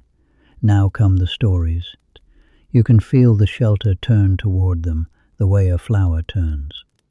The meal is done, the fire is built to its evening brightness, the children are burrowed into laps and bedding, with their eyes already wide in advance, and the talk, which all day ran its practical daylight errands, begins to change its nature. It slows, it deepens, it lets go of the day. Someone mentions, idly, a river somewhere else. Someone answers with the name of a person long gone who once crossed it. A silence follows, the good kind, the kind that is a door opening. And then the oldest voice in the shelter clears itself, unhurried, and settles its shoulders, and begins. In the time before this time, the voice says, and the whole shelter breathes out and moves in closer, and gives itself over. Long after these rains, a patient woman would come to live among the last people of the old way, in a dry southern land, and she would do a simple thing no one had quite done before. She listened day and night for years to what people actually talked about, and she counted, and what she found was one of the loveliest discoveries ever made about your kind. By daylight, the talk of the camps was almost all business. Work and plans, complaints and settlements, who did what, who owes what, the necessary friction of people living close. Stories, in the bright hours, were almost nowhere, barely a handful in 100 conversations. But when the sun went down and the fires were lit, the talk transformed, as if a different people had gathered. The business fell away, the friction fell away. And story rose up and filled the night almost entirely. 8 conversations of every 10, hour upon hour of tellings, of the ancestors, of far kin in far camps, of the animals who speak, of journeys and marvels, and the dead who are not gone. The firelight, she understood, was a country with its own laws, and its great law was this. The day belongs to what is, the night belongs to what is remembered, and what is imagined, and what is hoped. And a rainy week, you understand now, sitting in the middle of one, is a week of nights. The rain makes firelight of the afternoons themselves. It closes the daylight country early, draws the circle tight, and gives the storytellers hours no fair season ever gives them. The old ones know it. You can see the knowledge in the teller's face tonight, the unhurried settling of one who holds a full store and has, for once, all the time in the world to spend it.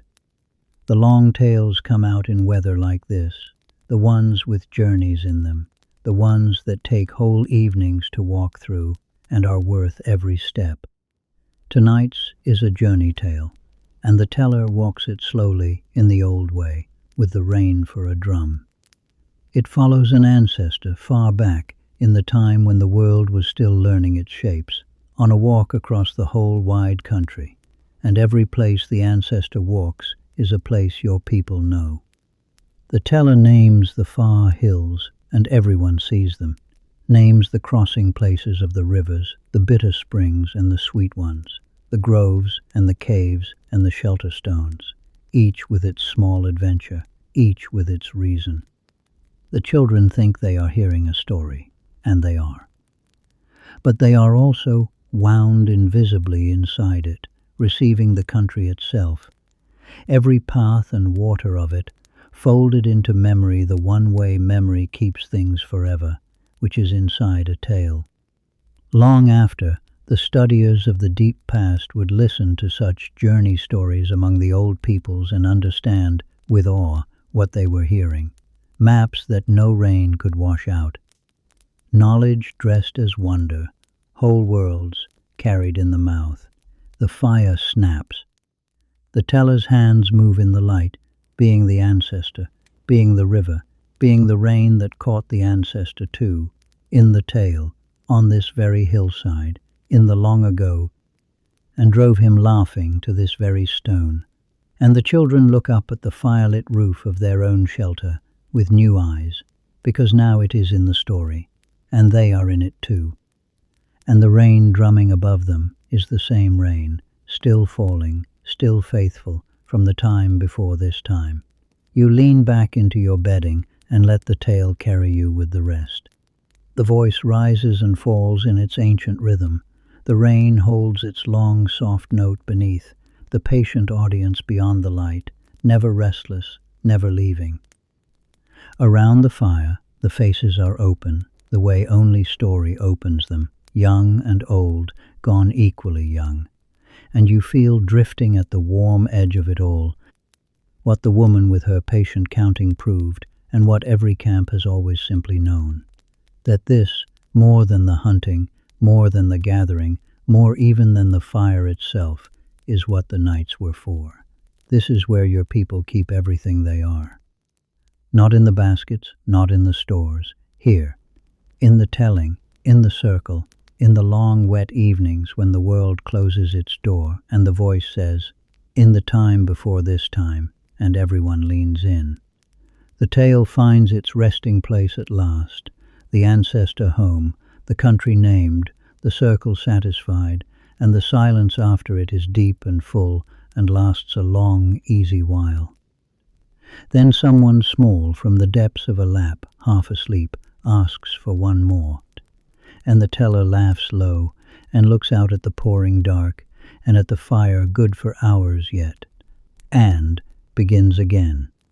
Deep in that night, the storm finds its biggest voice for a while, and it is worth staying near the children as it does, because what happens next is one of the oldest and gentlest scenes in the whole human story.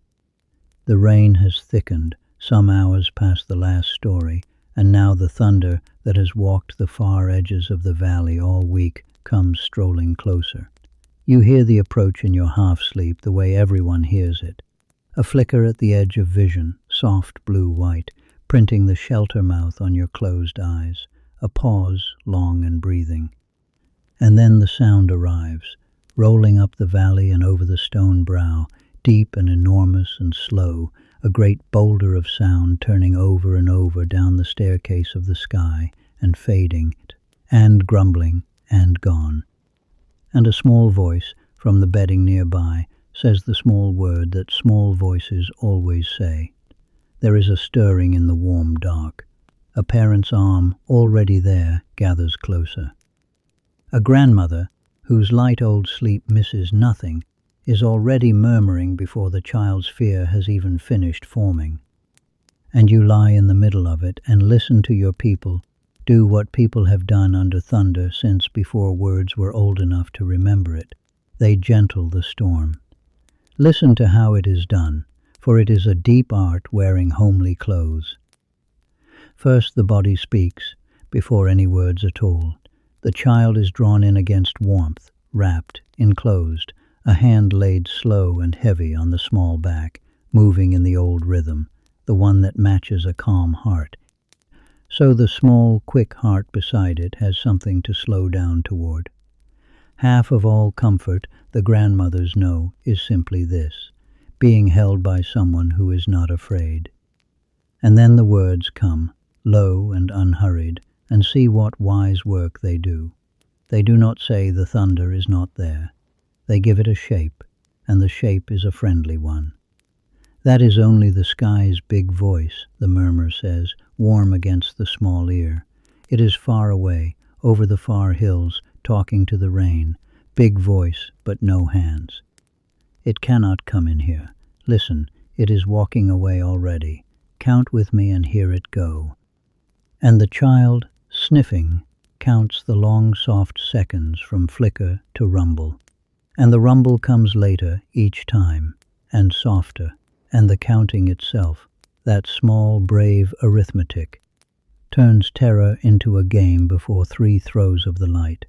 In some camps, in some ages, the shape given to the storm grows richer still, and the studiers of the deep past, listening long after among the old peoples of the dry south country, would write down versions so beautiful they have never been forgotten. The rain, those people said, is a great animal. A rain bull when it tramples and bellows like tonight, a rain cow when it falls soft and steady and kind. The grey columns you see walking beneath the far clouds, those are the rain's legs, striding over the land. The wisps that trail the storm's edges are its hair. The mist of the morning after is its breath. And the thunder, the terrible, wonderful thunder, is only the great beast lowing as it walks its pastures in the sky, calling the water down to make the earth green. Whether the very oldest camps told it just so, no one can ever know, and the careful people say so, gently.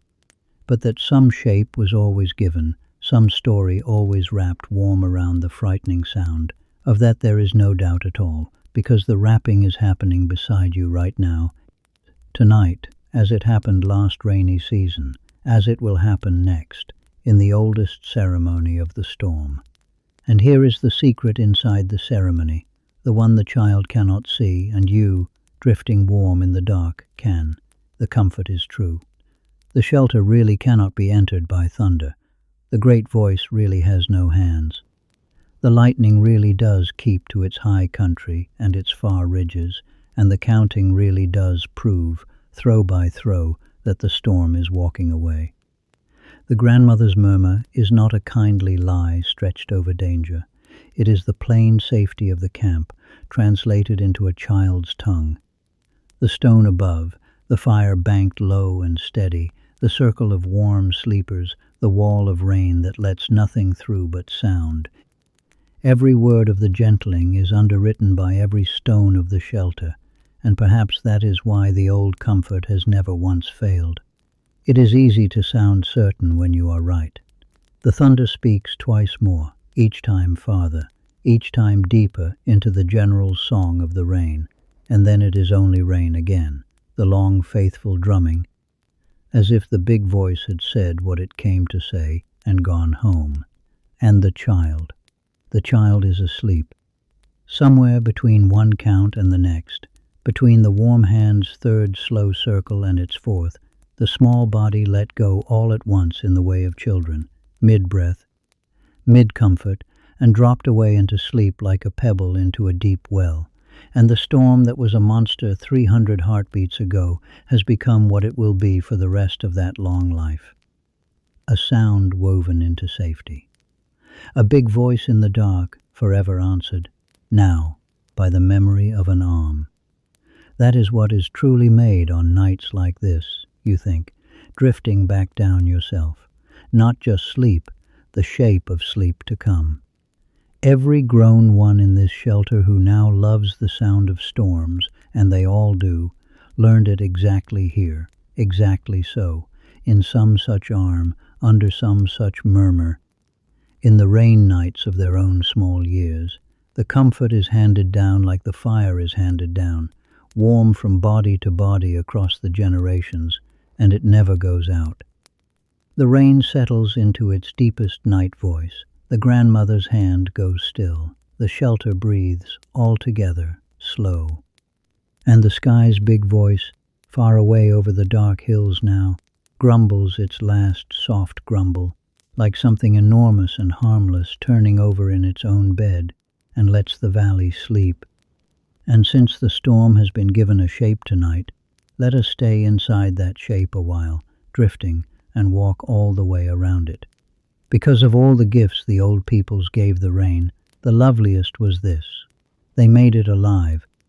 Lie back in the warm dark and think of the storm the way the old tellers of the dry South Country told it, long after these nights, to the patient listeners who wrote their words down, not weather. Not water falling by blind law, a being, a great, slow, gentle-bodied animal of the sky, vast as the horizon, that lives in the deep water places and rises when the land grows thirsty, and walks abroad across the world, trailing its blessing. See it in the loose way of a mind at the edge of sleep. Its body is the great soft-bellied cloud itself, the whole long grey herd of the sky moving as one creature. Its legs are the things you have watched from the shelter mouth all week without knowing their name. Those slow grey columns of falling rain that join the cloud to the far hills, striding, one after another, across the valley floor. Where its feet fall, the earth drinks. Its hair is the torn wisps that trail the storm's edges, streaming in the high wind.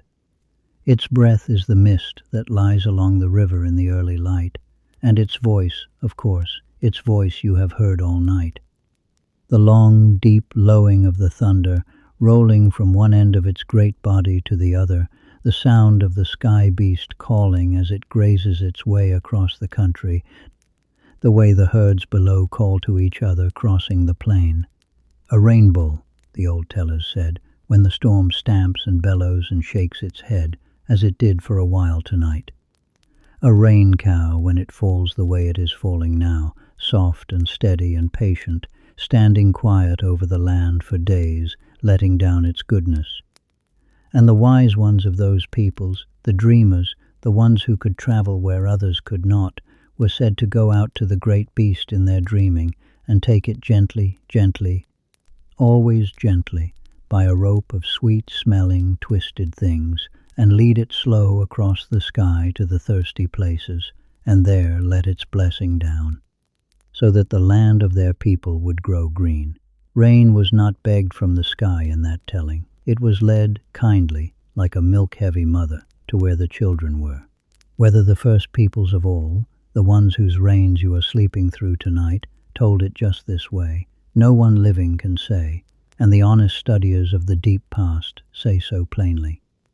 These tellings were written down from peoples of a much later age, one corner of one country, and the paintings on their shelter walls, the great soft-bodied rain creatures surrounded by fish and eels and the marks of water, keep their own counsel about their exact meaning, as the painted dark always does.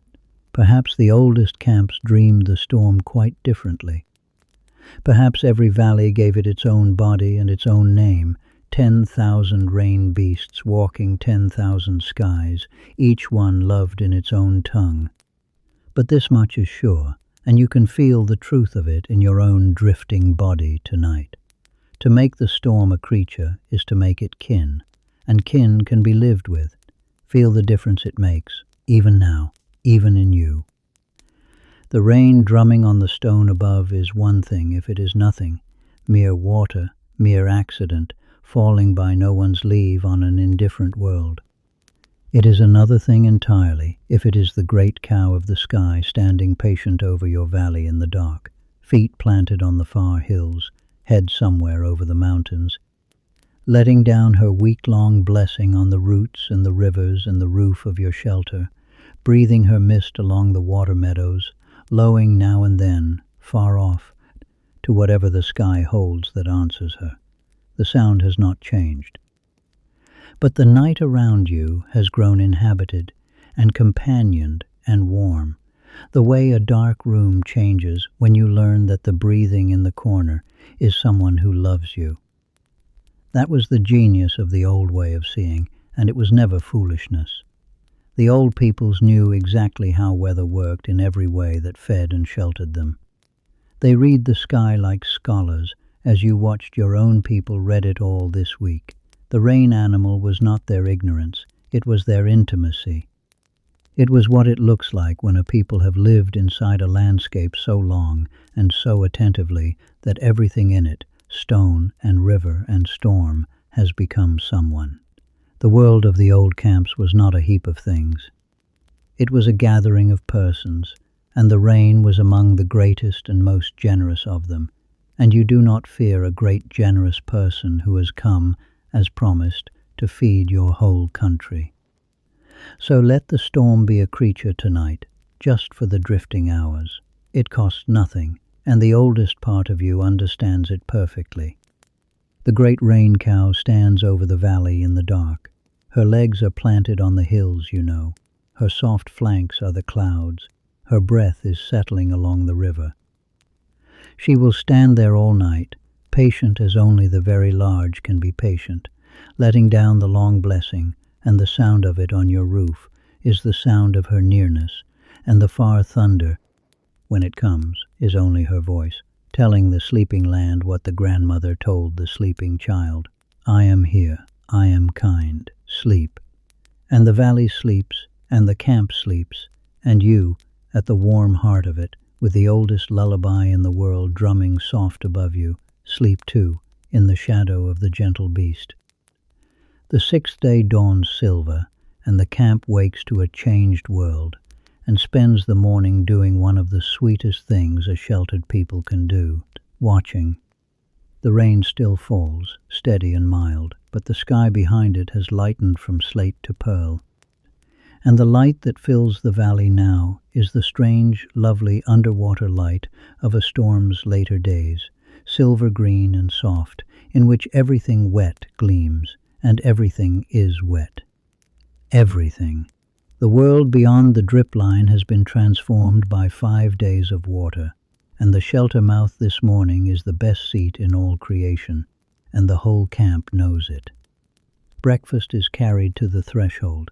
The children line the dry side of the border like birds on a branch.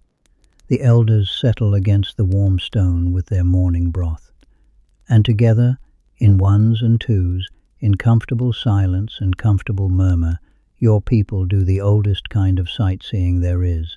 They look at what the rain has made. The river is the great sight, and every eye goes there first.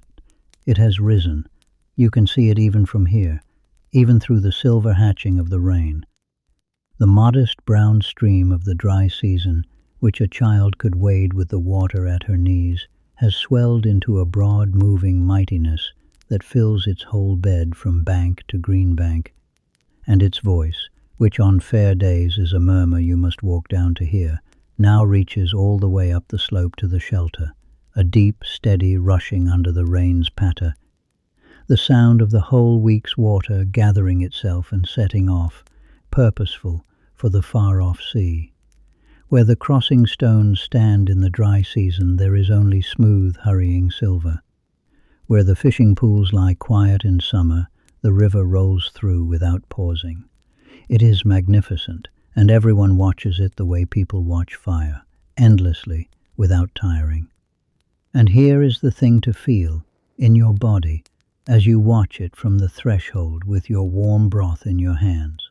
The river is far below you. It has always been far below you. This is no accident. And this morning you can read the old wisdom plain. Your people's shelter does not sit in the pretty green flats beside the water, where the summer camps of laziness might tempt a foolish band. It sits here, high on the valley's shoulder, a long climb above the river's furthest reach, on ground the water has never touched in the memory of the oldest teller or the story of any teller before her. The old ones chose this stone, and every stone like it, with the 6th day of a week of rain in their minds. Long after these mornings, the people who study the deep past would notice it in shelter after ancient shelter, the same quiet arithmetic, the home ground set always on the high shoulder, the flood line always far below the hearths, and they would understand that they were reading, in the very placement of the ancient camps, the oldest flood wisdom in the world. The river may rise as it pleases. The people watched it choose its widest bed 100 generations ago and built above it, and so the rising water is not a fear this morning, it is a show. And what a show the whole valley is. Every fold and crease of the hills has found its voice. Threads of white water lace the far slopes where no water runs in summer, small glad streams a week old, hurrying down to join the river's march. The trees stand deep green and heavy, every leaf washed and bowed and dripping, and when the breeze moves through them they let down little private rains of their own.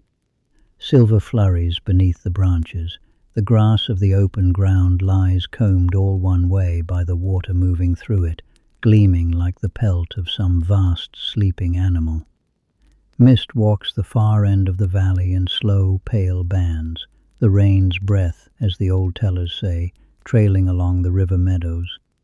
And over it all the light keeps changing, silver, then pewter, then a sudden soft brightness as some thin place passes over the hidden sun, and the whole drowned valley glows for a moment like the inside of a shell, and the watchers at the threshold murmur appreciation, as audiences should. A heron flies the river's new breadth, slow wing beats low over the silver, and is watched out of sight. Far off, on the highest ground across the valley, the herds stand grazing in the rain, dark and calm, exactly where the first evening's reading said they would be. And their calm is part of the morning's deep comfort, one more voice agreeing that all of this is ordinary, all of this is the season doing what the season does. You finish your broth slowly at the streaming threshold, warm at your back, silver before you, and feel the particular richness of the sixth morning settle in. Because this is what safety is for, not merely to survive the great weathers, but to have a seat at them, to watch the river run mighty from a high dry stone, to see your whole country washed and remade and running with silver, and fear none of it, and miss none of it. The storm has turned the valley into a spectacle a week long, and your people, by the old wisdom of high ground and deep stores and kept fire, have turned themselves into its audience. The rain eases a shade as the morning lengthens, or perhaps it only seems to. Either way, the watchers stay a long time at the mouth, unhurried, passing the warm vessels, naming the new streams, telling the small sights to each other as they happen. The world is putting on its water show, and the people, dry and provisioned and high above the flood, watch from the best seats in the valley, and let the sixth day pour. Sometime in the sixth night, without announcing it, the storm begins to say goodbye. You catch the change the way sleepers catch such things, not as a sound but as a difference in the sound, rising through your rest like a bubble through still water. You surface, warm and unworried, into the small hours and lie listening in the dark, and yes, there it is. The rain is softening. It is not stopping, not yet, and not for a while. But the great level wash that has roofed the world for 5 nights, that single, enormous, unbroken breath of water, has begun, at last, to breathe. It swells and eases now. It leans and relents. For long stretches it thins to a fine, seething whisper, hardly more than heavy mist finding the leaves, and then a last band of the storm's deep body passes over, and the drumming rises again. Full and familiar, and holds a while, and passes, and thins. The storm has become weather. The single great creature of the week is loosening back into clouds, and in the thin stretches, for the first time in 5 nights, you can hear through the rain. Small, far sounds, returning like shy animals. The river's deep, steady rush, no longer felt through the rain, but heard beneath it, plain and constant. A dripping everywhere, distinct now from the falling, the whole soaked world beginning to shed its burden leaf by leaf. Once, far off, a night bird, trying a single note against the new thinness, finding it good, trying another. The valley is still full of water's voice, will be full of it for days, but the voice is changing from the skies to the lands, from rain falling to rain settling, finding its ways, going to ground, joining the streams. The week of water is beginning its long, soft turn from event into memory. Lie still and feel what your own body does with the news. There is a small pang in it, first, and you may as well smile at that, because everyone in the shelter will feel the same pang, and no one will confess it. 5 nights, and the great sound has become a companion. The body has learned to sleep inside it, work inside it, eat and talk and dream inside it, and some deep, simple part of you, hearing it soften, protests faintly, the way a child protests the end of a visit from a beloved guest. Stay, says that part, stay and drum on the stone a while more. It is one of the oldest small sorrows there is, the sweet reluctance at the end of rain, and it is harmless, and it passes, because beneath it something else is rising, slower and larger. Readiness. The body knows what softening rain means, has always known. It means the world is about to open again. Already, beneath your stillness, something in you is stretching toward it. The legs remember the paths. The lungs remember the smell of a washed morning, which is coming, one dawn away, maybe two, and which there is no smell better than. The whole camp, sleeping around you, is doing the same slow inner turning, like seeds feeling the season change above them. Nothing will be hurried. Rain rest is too good to abandon a night early, and no one under this stone would dream of it. But the long, luxurious idleness of the storm has begun, gently, to point beyond itself, and the pointing itself is a pleasure. The way the last evening of a feast is sweetened by the ordinary days it leans toward. A last full band of rain passes over, generous to the end, drumming the old week-long drum on the brow of the stone, and you let it carry you, one more time, the whole way under. And when you drift up again, much later, in the greyest, earliest edge of the seventh morning, the change has gone further still. The rain has become a delicate thing, a fine, soft falling with long pauses folded through it, and in the pauses the dripping world rings on quietly, thousands of small waters finding their way down through leaves and runnels in the dimness, a sound like the valley whispering to itself. The air through the shelter mouth has a new edge, rinsed and cool and moving, the smell of a storm's end, green past all telling.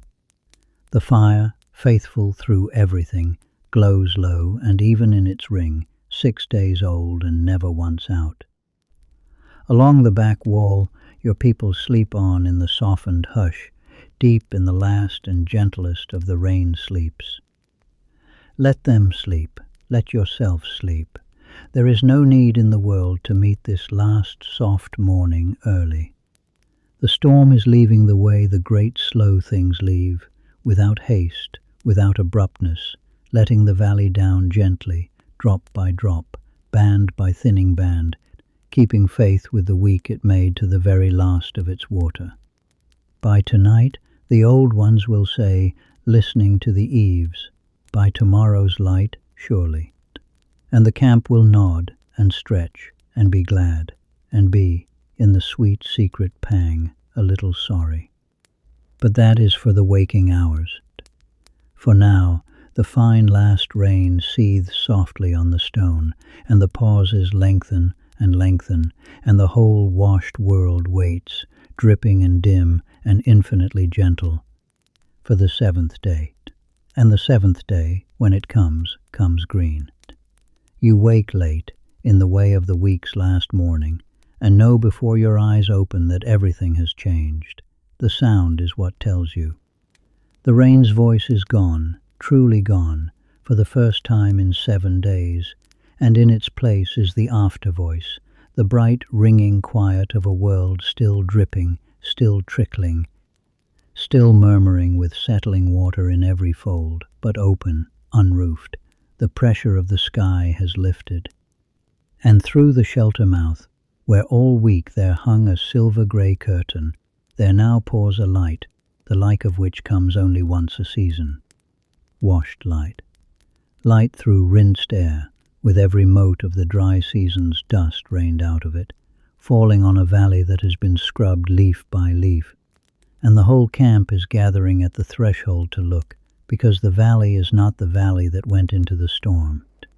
It is green, green past remembering, green as the word itself. The hills that were tawny and dun a week ago have flushed deep and vivid, every slope dense with it, and the flats along the river, combed and fed by the moving water, have gone the tender, brilliant green of brand new growth, because the growth is happening now, this morning, almost before your eyes. This is the great secret the rain was keeping all week, the work it was doing under the drumming. Every root in the valley has drunk for 7 days. Every seed that waited out the dry season in the dust has wakened. The grasses are rising so fast the old ones swear, every year, that you can watch them.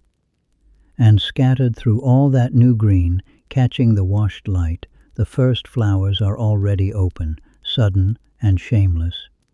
Whole slopes misted with colour that simply was not there when the clouds came, as if the storm had walked the valley, scattering them from its trailing hands. Breathe the morning in, deep at the bright threshold. It is the finest air the year makes. The green smell of a million growing things, the mineral sweetness of wet stone warming, the last cool breath of the settling streams, and rising through it all, as the strengthening sun finds the soaked earth, that deep dark fragrance you first caught 7 evenings ago at the very start, the earth's own rain smell, released now not in promise but in thanks. And the valley is filling with voices to match the light. The birds, silent so long, are everywhere at once, singing from every tree as if the season had started over, which, in every way that matters, it has. The frogs still bell and pulse from the brimming hollows, undiscouraged by daylight, too glad to stop. Insects rise glittering from the new grass. Far across the valley, the herds have come down from their high ground, drawn by the sweet flush of the flats, and they are spread wide across the new green, grazing deep, calves bucking through the wet grass, the whole nation of them glossy and content. Everything that breathes in the valley is doing this morning exactly what your people are doing at the shelter mouth, standing in the washed light, taking the measure of the gift.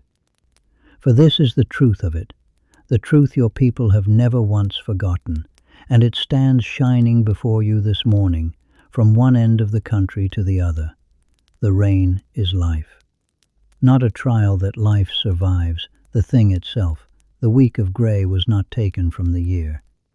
It was the year's great payment, made in advance, and this green morning is only the first coin of the return. The water holes stand full for a season.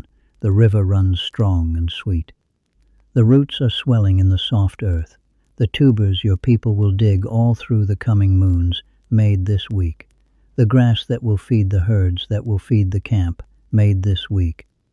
Every good day between now and the next great rain was made, root and seed and pool, in the 7 grey days just past, while your people sat warm and idle by the fire and let the sky work. Long after these mornings, the studiers of the deep past would learn how far that truth could reach. They would find that in certain great ages, when the rains grew generous beyond anything your valley knows, they greened whole deserts, the widest and driest lands on all the earth, filling them with grasses and lakes and rivers and herds, and the people of those ages walked out into countries their grandmothers had known only as the empty places, and lived there and flourished. For 100 generations of green, all of it made of rain. The storm that just left your valley is a small cousin of those world-making rains, but it is the same family, doing the same work. Water falls, and the world widens. It has never once worked any other way. The children are out past the drip line already, of course, first, as always, shrieking at the cold, wet grass on their legs, gathering the nearest flowers by the fistful, discovering the puddles one by one with total dedication. The elders come out slower, into the sun, turning their faces up to it, letting the warmth find them all the way through. Someone is laughing at the size of the river. Someone is already naming, to anyone who will listen, all the good foods this rain has made certain. And you step out too, at last, past the faithful drip line, out from under the old stone roof, into the open air of the 7th day. The sun is warm on your face. The ground is soft and giving under your feet. The green world blazes quietly in every direction, drinking light as it drank water, growing while you stand in it. The storm gave all of this, and the storm is gone. And the whole valley, every green and singing inch of it, is its farewell gift. There is one more gift, and the trackers find it before the morning is old. You walk out with them, a small, easy party in the washed light, not hunting, not yet, only reading, the way your people always walk their country after great weather to learn what the week has written. And the week, it turns out, has written everything down. The earth has become a page. 7 days of water have wiped the valley clean of every old mark, every stale scuff and dusty half-print of the dry season, and left in their place a smooth, soft, rain-pressed ground that takes and holds the shape of everything that touches it, sharp as a shadow at noon. And across that fresh page, in the day and the night since the rain thinned, the whole nation of the valley has been abroad, and every one of them has signed. The trackers move through it slow and delighted, reading aloud, and you follow the reading like a story. Here, printed deep and perfect in the soft margin of the path, the heart-shaped step of the antelope, a line of them, unhurried, and beside them smaller hearts, half their size. A mother and her young come down from the high ground in the night, walking easy, stopping here, see, where the prints cluster and turn, to browse the new leaves. Here, the neat, busy lace of the ground birds, stitched everywhere across the open mud, and there, the sudden sprawled commotion where one of them bathed itself in a puddle, wing strokes fanned in the silt like a child's drawing of the sun. Here, crossing all of it in a clean, straight seam, the round, soft steps of a nightcat, small cousin of the great far ones, going home low and quiet before dawn with the record of its whole careful evening trailing behind it, and the trackers crouch over the line and tell its night the way you would tell a tale, the pause here, the crouch there, the leap, the miss, look, the leap and the miss, and the philosophical trot away. Every print is fresh. That is the wonder of the after-rain ground and the tracker's particular joy. On the hard, dry earth of a fair month, a print may be a day old or 10, and the reading is all guesswork and grain, but this page was blank yesterday. Everything written on it was written since, and so the valley's whole living census stands here in the mud, current as the morning, honest as daylight. Who came down? Who went up? Who is fat? Whose step falls heavy and content? Who passed hungry, moving fast and straight? Where the herds crossed the stream, and how many and when, the water still seeping into the deepest prints even now. The trackers gather it all with their eyes, filling the camp stores of knowing the way the pickers fill baskets, and this knowledge is provision as surely as any food, for it will feed the hunts of the whole next moon. Long after these mornings, the people who study the deep past would come to understand what an art was practiced on mornings like this one, and how old it truly is. The reading of tracks, some of them came to believe, may be among the oldest of all your kind's deep arts, older than the bow, older than the needle, old as the first band that ever followed, a heart-shaped print across soft ground to the water, where the maker of the print stood drinking. To read a mark in the earth and see through it an animal, a direction, a time, a story, that is a kind of seeing through time itself. And every child of your people learns its beginnings the way they learn speech, and mornings like this one are the school. You can see the school in session now, a little way along the path, where 2 of the camp's children crouch over a perfect small print with a tracker, and the tracker is asking, not telling, and the children are frowning magnificently, and the older one says a name, tentative, and the tracker's face opens, and the lesson of that print will last those children 60 years. You crouch over a line of prints yourself, in no hurry, the sun warm on your back, the mud cool and rich smelling, and read what you can read, which is more every season. And feel, as you read, the deeper thing the soft ground is saying. The valley is full. That is the message under all the messages, written in every track of the crowded page. The week of rain drove nothing away and starved nothing out. It gathered the world in, as it gathered your people in, and rested it, as it rested you. And now the whole nation of the valley is out upon the green all at once, fed and watered and multiplying, printing its plenty into the soft earth in 10,000 marks a night. The hunts to come will be good, the gathering will be good.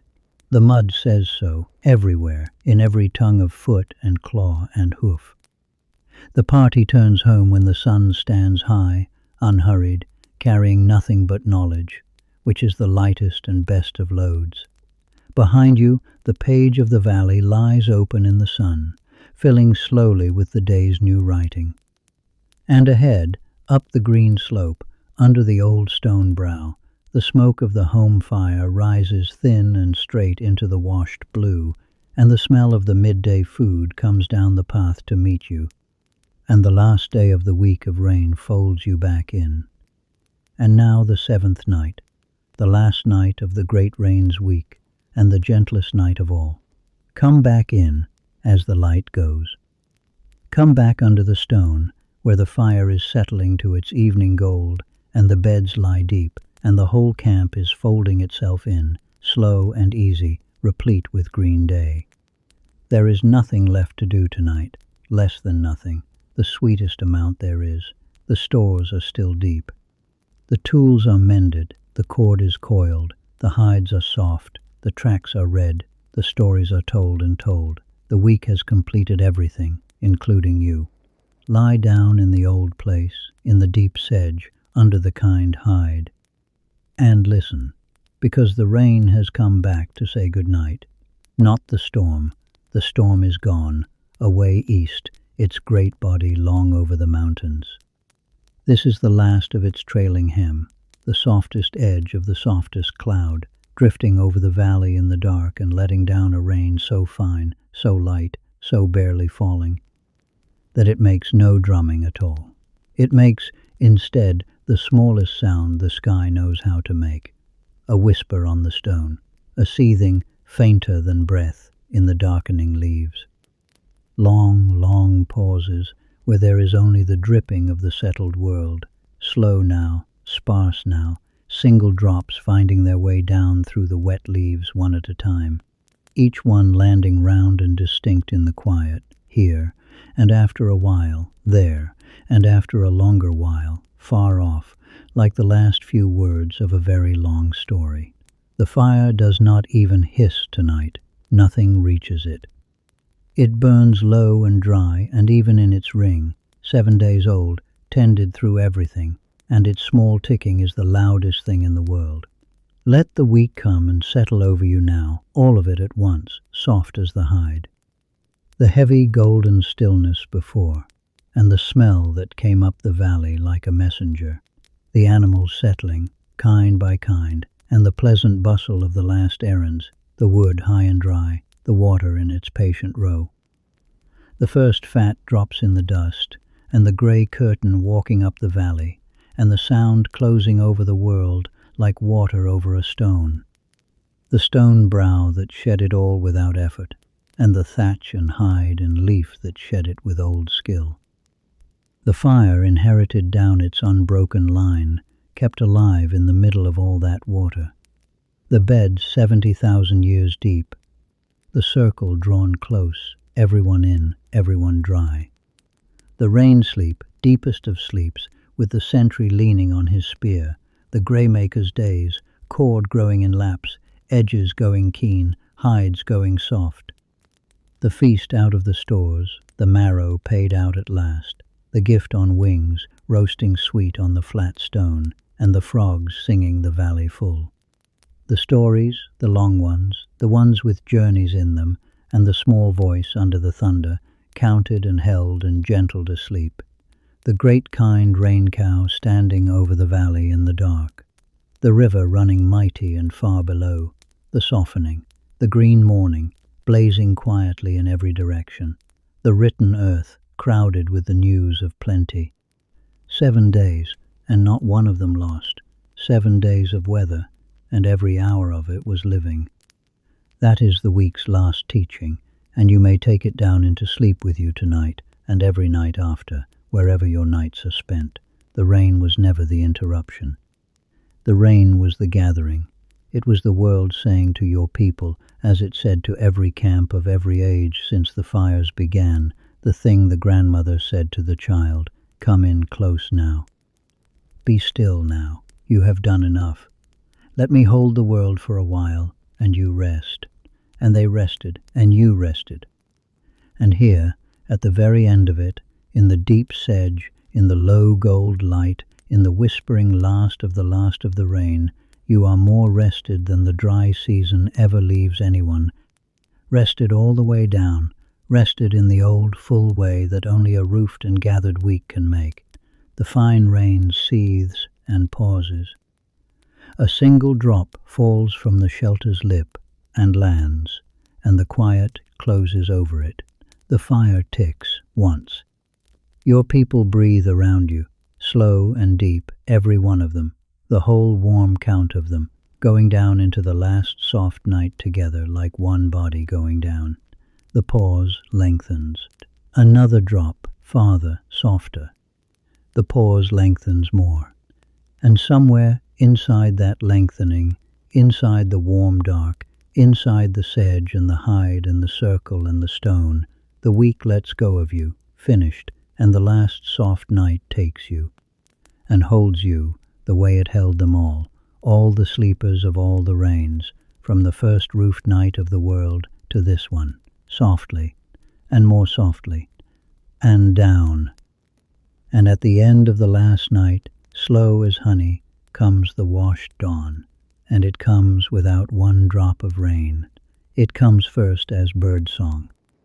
Before any light at all, in the blind blue-black of the earliest hour, a single bird in the wet trees below the shelter tries the silence, one liquid rising phrase, and the silence takes it and gives back nothing, no patter, no drip answer, only room, and the bird hears the room and sings again, longer. And another answers across the dark, and another beyond that, and within 100 slow breaths, the whole valley is singing in the dark, tree to tree, slope to slope, the full dawn chorus of a rinsed and brimming world pouring itself into all the space the rain left behind. You hear it from the very floor of your sleep, and it does not wake you. It is not that kind of sound. It simply enters the last of your dreams and turns them toward morning, gently, the way light turns a leaf. Then comes the light itself. It seeps into the shelter mouth, gray at first, then pearl, then, for the first time in 8 days, gold.